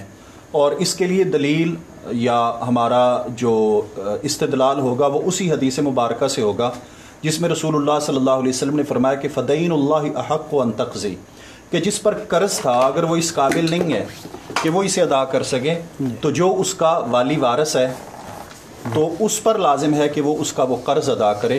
تو یہ جو صدقۃ الفطر ہے یہ بھی قرض ہے، لہذا اس کے جو پیچھے ہیں رہنے والے، تعلق والے، رشتہ دار، وہ ادا کریں گے اس کی طرف سے۔ محترم شاہ صاحب، سوال یہ ہے کہ روزہ وقت سے پہلے توڑنے پہ جو عذاب ہے اس کے بارے میں آپ وضاحت کر دیں، اور دوسرا روزہ مکمل نہ کرنا کیا یہ بھی توڑنے میں آتا ہے؟ ایک آدمی پورا نہیں کر سکتا اسے؟ اگر تو کوئی شرعی عذر ہو گیا ہے، بیمار ہو گیا یا کوئی ایسی صورت ہو گئی ہے، تو یہ تو عذر کی بنیاد پر تو ایسا جواز موجود ہے، وہ روزہ بعد میں اپنا رکھ لے۔ لیکن عوام الناس میں یہ جو مشہور ہے کہ وہ 2 مہینے لگاتار روزہ رکھے گا، یہ صرف خاص توڑنے کے ساتھ ہے، یعنی اپنی بیوی کے ساتھ مجامعت اگر اختیار کرے تو پھر 2 مہینے کے لگاتار روزے۔ اس کے علاوہ اگر کوئی شرعی عذر بن جاتا ہے، سفر کا، بیماری کا، بھوک یا پیاس کی وجہ سے روزہ پورا نہ کر سکے اور وہ ٹائم سے پہلے کھول دے، تو اس پر کیا عذاب کی وعید ہوگی؟ یا وہ ایک تو ہے ایسی صورت مطلب سفر، جس طرح وہ سفر والی حدیث شیخ صاحب نے پیش کی ہے، سفر کی حالت میں راستے میں اگر کوئی ایسی صورت پیدا ہو گئی ہے تو میں روزہ پورا نہیں کر سکتا، تو وہ اپنا روزہ توڑ سکتا ہے سفر کی وجہ سے، عذر کی وجہ سے، بعد میں اپنا وہ روزہ پورا کر لے۔ ایک ہے جان بوجھ کے روزہ توڑنا، بغیر ویسے ہی بندے بھوک لگ گئی ہے کہ میں چلو روزہ توڑ لوں، یہ تو اس پر وعید حدیث میں موجود ہے۔ نبی اکرم صلی اللہ علیہ وسلم نے اپنے خواب کو بیان کیا ہے، آپ نے فرمایا میں خواب میں مجھے اٹھایا گیا، میں خواب میں کیا ایک پہاڑی پر مجھے چڑھنے کا کہا گیا، تو میں نے کہا یہ تو پہاڑ بڑا دشوار ہے، اس پر میں کیسے چڑھ سکتا ہوں؟ فرشتوں نے کہا آپ ذرا چڑھیں، ہم آپ کے لیے آسانی پیدا کریں گے۔ فرماتے ہیں میں چڑھا جب وہ پہاڑ پر، دوسری طرف میں نے کچھ آوازیں سنی، چیخ و پکار کی آوازیں سنی۔ تو دوسری طرف میں نے ان سے پوچھا کہ یہ ما هذه الاصوات، یہ آوازیں کس قسم کی ہیں، کس کی آوازیں؟ تو فرمایا یہ جہنمی جو ہیں، یہ جہنم میں جو لوگ ہیں چیخ و پکار کر رہے ہیں، یہ ان کی بھونک کی آوازیں آ رہی ہیں، یہ جہنمی چیخ و پکار کر رہے ہیں۔ میں نے کہا ان کا قصور و جرم کیا ہے، کون ہیں یہ لوگ، کس یعنی یہ امت سے ہیں یا کون یہ لوگ ہیں؟ تو مجھے بتلایا گیا کہ یہ آپ کی امت کے وہ لوگ ہیں جو وقت سے پہلے اپنا روزہ افطار کر دیتے تھے، روزہ چھوڑ دیتے تھے، جان بوجھ کے، بغیر عذر کے، بغیر تماشے کے طور پر روزہ رکھنا، فیشن کے طور پر دوپہر کو توڑ دینا، مجھے بھوک لگ گئی ہے، مجھے پیاس لگ گئی ہے، ایسے بارے میں وعید موجود ہے۔ شرعی عذر، بیماری ہو گئی ہے، علاج کرانا نہ، یعنی کہ وہ اس کو موت کا خطرہ ہے تو اس کو روزہ بیماری کی وجہ سے توڑ سکتا ہے، یا سفر کی صورت ایسی پیدا ہو گئی ہے، جانا اچانک پڑ گیا اور روزہ میں نہیں پورا کر سکتا سفر کی شدت تکلیف کی وجہ سے، تو اس کے لیے جواز موجود ہے۔ باقی عام آدمی کے لیے نہیں ہے کہ گھر بیٹھا جان بوجھ کے مجھے بھوک لگی ہوئی ہے روزہ توڑ دے بعد میں رکھ لیں۔ ہاں جی، وہ روزہ ایک ہی رکھے گا۔ محترم شاہ صاحب، آپ سے وعدہ تھا کہ ایک تو پروگرام انشاءاللہ مختصر ہوگا اور دوسرا کہ رمضان المبارک کے متعلق ہی سوال ہوں گے۔ وہ وعدہ کیا جو وفا ہو جائے۔ جی انشاءاللہ تعالیٰ اسے بہت جلد ہم کلوز کرتے ہیں پروگرام کو۔ ایک کلپ وائرل ہوا ہے، یہ ذرا رمضان المبارک سے تھوڑا سا ہٹ کے صرف ایک سوال ہے۔ ایک کلپ وائرل ہوا ہے جس میں یہ بات کہی گئی ہے کہ جب ثریا ستارہ طلوع ہوتا ہے تو اس کے بعد تمام وبائیں ختم ہو جاتی ہیں، اور مسند احمد کا حوالہ بھی دیا جاتا ہے، اور کہتے ہیں کہ 12 مئی کو یہ اس نے طلوع ہونا ہے اور کرونا کی وبا ختم ہو جائے گی۔ کیا یہ بات درست ہے؟ جہاں تک ہے کرونا کی وبا کا تعلق، جس مولوی نے یہ کہا نا یہ 12 مئی کو ختم ہو جائے گی، اس نے بہت بڑا ظلم کیا ہے۔ ہم تو کہتے ہیں کہ ابھی اسی وقت ختم ہو جائے، یعنی وہ 12 دن 15 دن ہمیں مارنا چاہتا ہے۔ پہلے ایک نے 7 اپریل کا بھی کہا تھا۔ پہلے ایک مولوی نے 7 اپریل کا کہا تھا کہ اذانیں دیں رات 10 سے 11 بجے تک چھتوں پر رات کو، تو 7 اپریل تک دیں اور یہ ختم ہو جائیں گی، وبا ختم ہو جائے گی۔ تو ایک مولوی دوسرا مفتی سے سنا تھا، وہ اس نے 24 اپریل کا ٹائم دیا تھا کہ 24 اپریل کو جو ہے نا کرونا ختم ہو جائے گا۔ میں اسلام آباد آ گیا ہوں اور یہاں کرونا 24 کو ختم ہو جائے گا۔ وہ کرونا وہی ہے اور وہ ختم نہیں ہوا۔ اب رہے گی بات یہ 12 مئی کی جو الٹیمیٹم دیا گیا، ہماری دعا، خواہش، چاہت، تمنا یہ ہے کہ اللہ تعالیٰ اسی وقت آج ہی اس وبا کو ختم کر دے اور پوری دنیا کو اس سے محفوظ فرما لے۔ اللہ اپنی خاص رحمت نازل فرمائے، اس وبا کو لے جائے۔ لیکن یہاں تک ہے 12 مئی کا تعلق، یہ بھی ایک حدیث رسول صلی اللہ علیہ وسلم سے غلط استدلال کیا گیا۔ مسند احمد، یہ ہمارے پاس جو مسند احمد پڑھی ہے، اس میں یہ حدیث جو حوالہ دیا گیا ہے، تو میں آپ سے یہ کہوں گا کہ آپ کلب میں یہ حوالہ جو ہے بعد میں اس کو لگا دیا جائے مسند احمد کا، تاکہ ساتھیوں کو حدیث اپنی آنکھوں سے دیکھ لیں، پڑھ لیں، ان کے لیے آسانی ہو جائے۔ تو یہ رسول اللہ صلی اللہ علیہ وسلم نے اس حدیث میں جو سے مسند احمد کی پیش کی گئی ہے، جس سے یہ مسئلہ اخذ کرنے کی، استنباط کرنے کی کوشش کی گئی، اس حوالے سے پہلی بات یہ ذہن میں بٹھا لیں کہ جس حدیث کا جو معنی صحابہ کرام محدثین کرام نے نہیں لیا، وہ معنی لینا گمراہی ہے، وہ نیا مفہوم بیان کرنا کوئی گمراہی ہے۔ ایسے بہت سارے لوگ منکرین حدیث گزرے ہیں جو حدیث کا غلط استدلال یا معنی مفہوم یا فہم سلف سے ہٹ کے بیان کیا کرتے تھے۔ اس حدیث کا صرف معنی مفہوم یہ ہے کہ نبی علیہ الصلوۃ والسلام نے ارشاد فرمایا کہ آپ صحابی رسول فرماتے ہیں کہ نبی علیہ السلام نے بیع کرنے سے منع کیا، پھلوں کی، کچے پھلوں کی بیع کرنے سے منع کیا۔ اس کی وجہ یہ تھی کہ وہاں کھجوریں ہوتی تھیں مدینہ طیبہ میں، جب کھجوریں ہوتی تھیں تو وہ کھجوریں جب فصل بالکل کچا ہوتا تھا، پکنے تک کئی وباؤں کے آنے کی یعنی کہ امکان ہوتا تھا، اور عرب میں وہ وبائیں آتی تھی فصلوں پر، جیسے کورا پڑتا ہے ہمارے ملک میں، سردی، ہاں سردی میں کورا پڑ جاتا ہے، اس وقت شاپر وغیرہ محفوظ کر لیا جاتا ہے، تو وہ جب فروخت کر دیتے تھے نا کھجوریں کچی، تو اس کے بعد وہ وبا آ جاتی تھی۔ جب وبا کوئی آ جاتی تو وہ اس بعد کے بعد لینے والا یہ کہتا کہ یہ وبا آ گئی ہے لہذا میں اتنے کی نہیں لیتا، اتنے پیسے چھوڑ دو، یہ اتنے پیسے میں نہیں دوں گا، یا اس کا نقصان ہو جاتا یا دینے والے کا نقصان ہو جاتا، دونوں صورتوں میں نقصان کا امکان تھا۔ تو نبی علیہ الصلوۃ والسلام روک دیا کہ جب تک یہ وبا کے آنے کا امکان موجود ہے، ٹھیک۔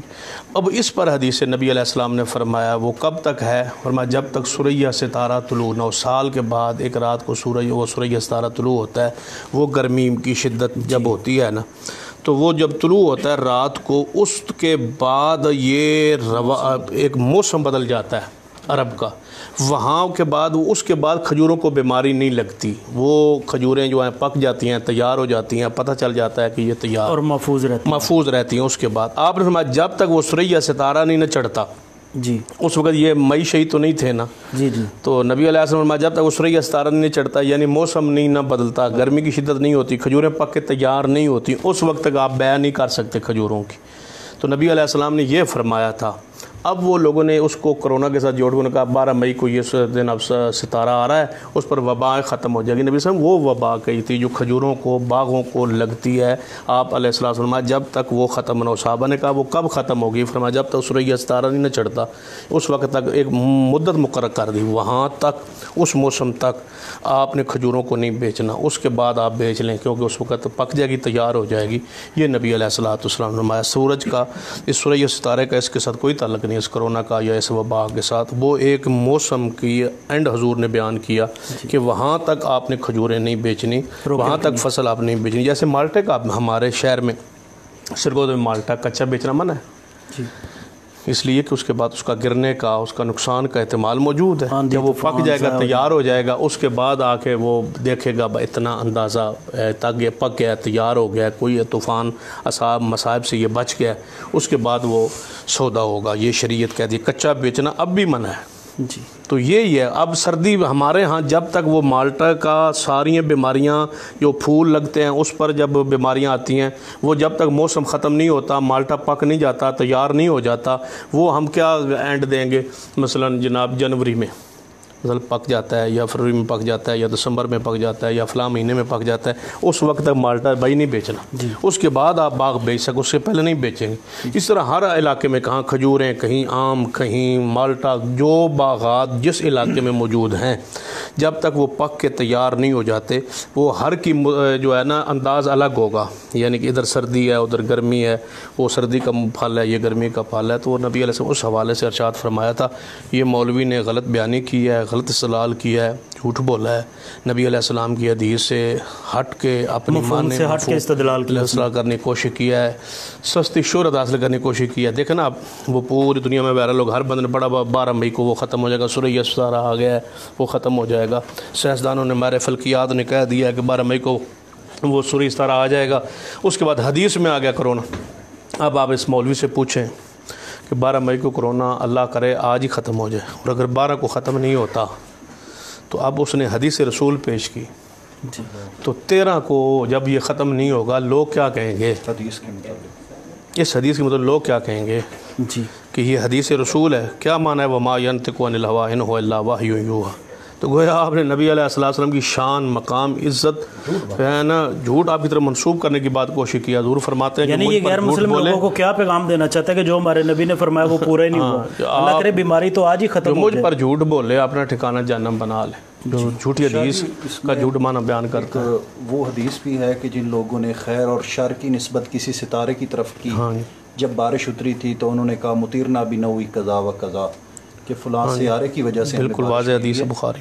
تو آپ علیہ الصلوۃ والسلام نے ایسے لوگوں کو کہا تھا کہ یہ لوگ اللہ کی ذات کے ساتھ کفر کرنے والے ہیں، جنہوں نے خیر اور شر کی نسبت کسی سیارے یا ستارے کی طرف کی ہے۔ وہ سورج گرہن ہوا تو نبی علیہ السلام نے، وہ بیٹا فوت ہوا تھا، بعض نے ادھر نسبت کی تو نبی علیہ السلام اسے روکا۔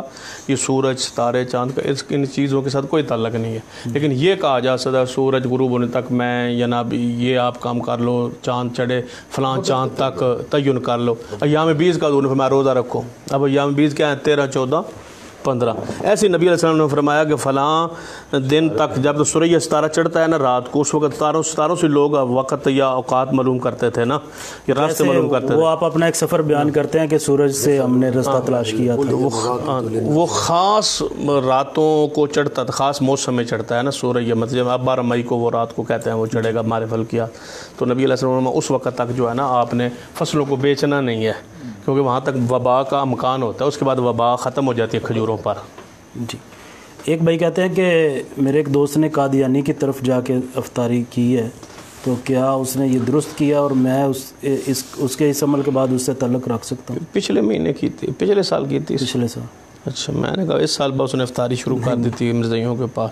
مرزائیوں کی دعوت قبول کرنا حرام ہے، وہاں جانا بھی حرام ہے، اس کو سمجھانا چاہیے جس نے ایسا کیا ہے نا، اس کو ہو سکتا ہے اس شدت کا نہ پتہ ہو، تحقیق نہ ہو، تو اس سے لا تلقی نہ کریں، وہ مسلمان ہے، اس کو سمجھائیں۔ اگر وہ ان کو مسلمان سمجھتا ہے تو پھر یہ اس کے ایمان کا گلہ ضرور ہم کریں گے کہ وہ مسلمان، جو کافر کو مسلمان کہتا ہے یہ نہیں، تو اس لیے ضروری ہے کہ اس کو توبہ کرنی چاہیے، آئندہ نہیں اس کو جانا چاہیے، اس کو توبہ کرنی چاہیے، اس کو معافی مانگنی چاہیے اللہ سے، اور ان کی دعوت قبول نہیں کرنی چاہیے۔ یعنی اہل کتاب کی دعوت قبول کی جا سکتی ہے، ان کی نہیں کی جا سکتی؟ ہاں، یہ بعض لوگوں نے فرق بیان کیا ہے، بندے بڑے حیران ہوتے ہیں، اور ایک چنگا بھلا وہ ہے، وہ بندہ وہ کہتا ہے یہ یہودیوں عیسائیوں سے بھی بڑے ہیں، یہ کیسے ہو سکتا ہے؟ یعنی کافر جو مرزائی ہیں نا وہ اہل کتاب ہیں یہود و نصارہ، تو یہ ان سے بڑے ہیں، یہ زندیق ہیں، یہ مرتدین ہیں۔ یہود و نصارہ مرتدین تو نہیں ہے نا، وہ تو اسلام ہی نہیں لائے، یہ تو اسلام لا کے کفر کرتے ہیں۔ زندیق وہی تو ہوتا ہے جو اپنے کفر کو بطور اسلام پیش کرے گی، یہ اسلام ہے جبکہ وہ کفر ہے۔ صحیح کہتے ہیں کہ ختم نبوت کا انکار کفر نہیں ہے، وہ کہتے ہیں کہ رسول اللہ کے بعد نبی آیا ہے، وہ آ سکتا ہے یا آیا ہے، تو انہوں نے گویا کفر کو اسلام کے طور پر پیش کیا، یہی زندیقیت ہے۔ جی بہت شکریہ محترم جناب سمیع اللہ شاہد صاحب، محترم شاہ صاحب، محترم شاہ عبد القادر صاحب، بہت بھائی ہیں، انہوں نے دعا کی درخواست کی ہے۔ ہمارے ایک بھائی ہیں احمد صاحب، کویت ہوتے ہیں، ان کے والد محترم جو کہ سیالکوٹ کے رہنے والے ہیں، بیمار ہیں، ہاسپٹل میں داخل ہیں، ان کے لیے خصوصی دعا کر دیں، اللہ تعالیٰ انہیں شفا عطا فرمائے۔ اور بہت سارے بھائی اصغر گجر صاحب ان کی عالیہ ہسپتال میں ہے، جی اسی طرح بھائی اصغر گجر صاحب کی عالیہ ہاسپٹل میں داخل ہیں۔ اسی طرح یہ کرونا کی وبا کی وجہ سے بہت زیادہ لوگ اس وقت مالی مشکلات کا شکار ہیں، تو ہمارے پاس تقریباً 3 منٹ وقت رہ گیا پروگرام ختم ہونے کا، تو ان 3 منٹوں میں آپ دعا فرما دیں۔ یا رب لك الحمد كما ينبغي لوجه جلالك ولعظيم سلطانك. اللهم صل على محمد وعلى ال محمد كما صليت على ابراهيم وعلى ال ابراهيم انك حميد مجيد. اللهم بارك على محمد وعلى ال محمد كما باركت على ابراهيم وعلى ال ابراهيم انك حميد مجيد. ربنا ظلمنا انفسنا وان لم تغفر لنا وترحمنا لنكونن من الخاسرين. ربنا آتنا في الدنيا حسنة وفي الآخرة حسنة وقنا عذاب النار. ربنا اغفر لنا ولوالدينا وللمسلمين وللمسلمات. ربنا اغفر لنا ولإخواننا الذين سبقونا بالإيمان ولا تجعل في قلوبنا غلا للذين آمنوا ربنا إنك رؤوف رحيم. اللهم اغفر لجميع المؤمنين والمؤمنات والمسلمين والمسلمات والأحياء منهم والأموات. ربنا لا تزغ قلوبنا بعد إذ هديتنا وهب لنا من لدنك رحمة إنك أنت الوهاب. رب اغفر وارحم وأنت خير الراحمين. اللهم إنا نسألك علما نافعا ورزقا طيبا وعملا متقبلا. اللهم إنا نسألك علما نافعا ورزقا واسعا وشفاء من كل داء. اللهم إنا نسألك العفو والعافية في الدنيا والآخرة وتوفنا مسلما والحقنا بالصالحين يا رب العالمين. اللهم أنت الغني ونحن الفقراء والله هو الغني الحميد یا حی یا قیوم برحمتک نستغیث. اللہ ہم محتاج ہیں، آپ غنی بادشاہ ہیں. اے میرے اللہ کریم امت مسلمہ کی حالت پہ رحم فرما. اے میرے اللہ امت مسلمہ کی حالت پہ رحم فرما. اے اللہ ان وباؤں کو، مصیبتوں کو اللہ اپنی رحمت و فضل سے دور کر دے. اللہ ساری بیماریوں کو دور فرما. اے میرے اللہ کریم خصوصاً جو اس وقت یہ وبا ہے، کرونا کی صورت میں، یہ جو بیماری ہے، یہ جو آفت ہے، یہ جو پریشانی ہے، یہ جو مصیبت آئی ہے، اللہ ہمیں اس سے نجات عطا فرما.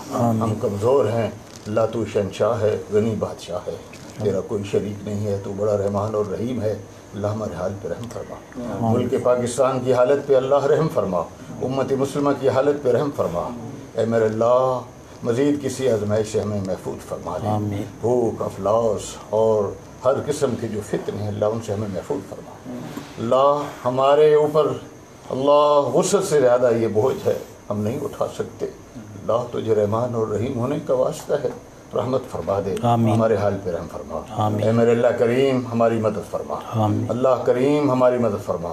یا مالک الملک ہماری مدد فرما. آمین. اللہ بیماروں کو شفا عطا فرما. آمین. ہمارے احمد بھائیوں کے والد محترم کو اللہ صحت والی لمبی زندگی عطا فرما. آمین. اللہ انہیں بیماریوں سے نجات عطا فرما. انہیں شفائے کاملہ عاجلہ نصیب فرما. آمین. اور ہمارے بھائی چودھری اصغر گجر صاحب ان کی اہلیہ بیمار ہیں، اللہ انہیں ہیں. اللہ جن کے والدین بیمار ہیں اللہ تو جانتا ہے انک انت علام الغیوب ہے، ہم نہیں جانتے. اللہ ان پہ رحم فرما. ان کی بیماریوں کو دور فرما. اے اللہ ان کی بیماریوں کو دور فرما. اللہ جو کمزوری ہیں ان کو دور فرما دے. اور جو پریشانیاں ہیں، یہ جو تنگ دستی ہے، بھوک ہے، اپنی رحمت سے دور کر دے. اللہ اپنی رحمت سے اپنے فضل سے ہمیں نواز دے. اپنی رحمت سے اور اپنے فضل سے ہمیں نواز دے. فإنہ لا یملکھا الا انت.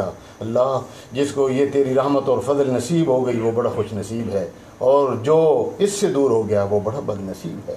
اللہ ہمارے لیے جو ہے اپنا فضل اور اپنی رحمت جو ہے اس کو وسیع کر دے. اپنی رحمت اور فضل عطا فرما. ہمارے گناہوں کی طرف نہ دے، اپنی رحمت کر دے، اپنا فضل کر دے. ہماری ساری بیماریاں، دکھ، درد، پریشانیاں دور فرما دے. اے میرے اللہ کریم بیماروں کو جہاں کہیں مسلمان بیمار ہیں اللہ گھروں کے اندر ہیں، ہاسپٹلس کے اندر ہیں، جہاں کہیں ہیں بیماریوں سے شفا عطا فرما دے. اور جو لوگ فوت ہو گئے ہیں ہمارے آباء و اجداد، والدین، اساتذہ کرام، علماء کرام، شہداء، تمام ائمہ دین اور سلف صالحین، تابعین، تبع تابعین اور صحابہ کرام رضوان اللہ علیہم اجمعین تک اللہ سارے مومنوں کو معاف فرما دے. ان کے درجوں کو بلند فرما دے اور ہمارے والدین پہ رحم فرما دے. ہمیں نیکی والی، ایمان والی زندگی نصیب فرما. ماہ رمضان آ رہا ہے، اس کی قدر کرنے کی توفیق عطا فرما. اس کے اندر جو اعمال کرنے والے ہیں، جو تجھے راضی کرنے والے ہیں، ہمیں ان کی طرف رجوع کرنے کی توفیق نصیب فرما. ہمارے صدقہ و خیرات، قیام اللیل اور ہمارے صیام، روزہ، یہ ساری عبادت اپنی بارگاہ میں قبول کر لینا. اللہ اس ماہ رمضان کو ہماری نجات اور بخشش کا ذریعہ بنا دینا. اور مدارس ہیں ان کی امداد فرما. اے میرے اللہ کریم مدارس کے طلباء ہیں، پریشان ہیں، اور جہاں کہیں ہیں بچے ہیں اللہ اس بیماری کو دور کر دے تاکہ ان کی تعلیم کا جو سلسلہ ہے وہ شروع ہو سکے. اے میرے اللہ کریم اپنی رحمت اور فضل عطا فرما دے. اور ان قلعوں کی مدد فرما. مساجد کی اے میرے اللہ نگرانی اور حفاظت فرما. اور تمام تر وہ لوگ جو تیرے دین کا کام کر رہے ہیں، جس انداز اندر، جس صورت اندر، اے میرے اللہ ان کی امداد فرما. ان کے رزق کو فراہ کر دے، ان کی پریشانیوں کو دور فرما دے. اللہ سب کو شفائے کاملہ عاجلہ بے روزگار حضرات جب تک جو ہے ہمیں زندہ رکھ اسلام پہ، توحید پہ، اور جب موت آئے تو اللہ ایمان پہ، توحید پہ موت نصیب فرما. وصلی اللہ تعالی علی رسول خیر خلقہ محمد وعلی آلہ وصحبہ اجمعین. یا کریم یا رب العالمین. معزز ناظرین کرام، یہ تھا آج کا لائیو سیشن جس میں ہم رمضان المبارک کے مسائل، آپ کے سوال اور ان کے جواب سن رہے تھے. انشاءاللہ تعالی ہمارا اگلا پروگرام ہوگا ہفتے والے دن، جس میں فضیلت الشیخ جناب سید محمد سبطین شاہ نقوی حفظہ اللہ تعالی آپ کے سوالات کے جواب دیں گے. اگر چاہتے ہیں آپ کہ یہ سلسلہ آپ تک بر وقت پہنچتا رہے تو شاہ صاحب کے آفیشیل پیج کو لائک کیجئے، فالو کیجئے، یوٹیوب چینل کو سبسکرائب کیجئے، بیل کے بٹن کو دبائیے تاکہ فیوچر میں آنے والے جتنے پروگرام ہیں بر وقت آپ تک پہنچ سکیں. اپنے بھائی عمر فاروق شاکر کو اجازت دیجئے. السلام علیکم ورحمۃ اللہ وبرکاتہ.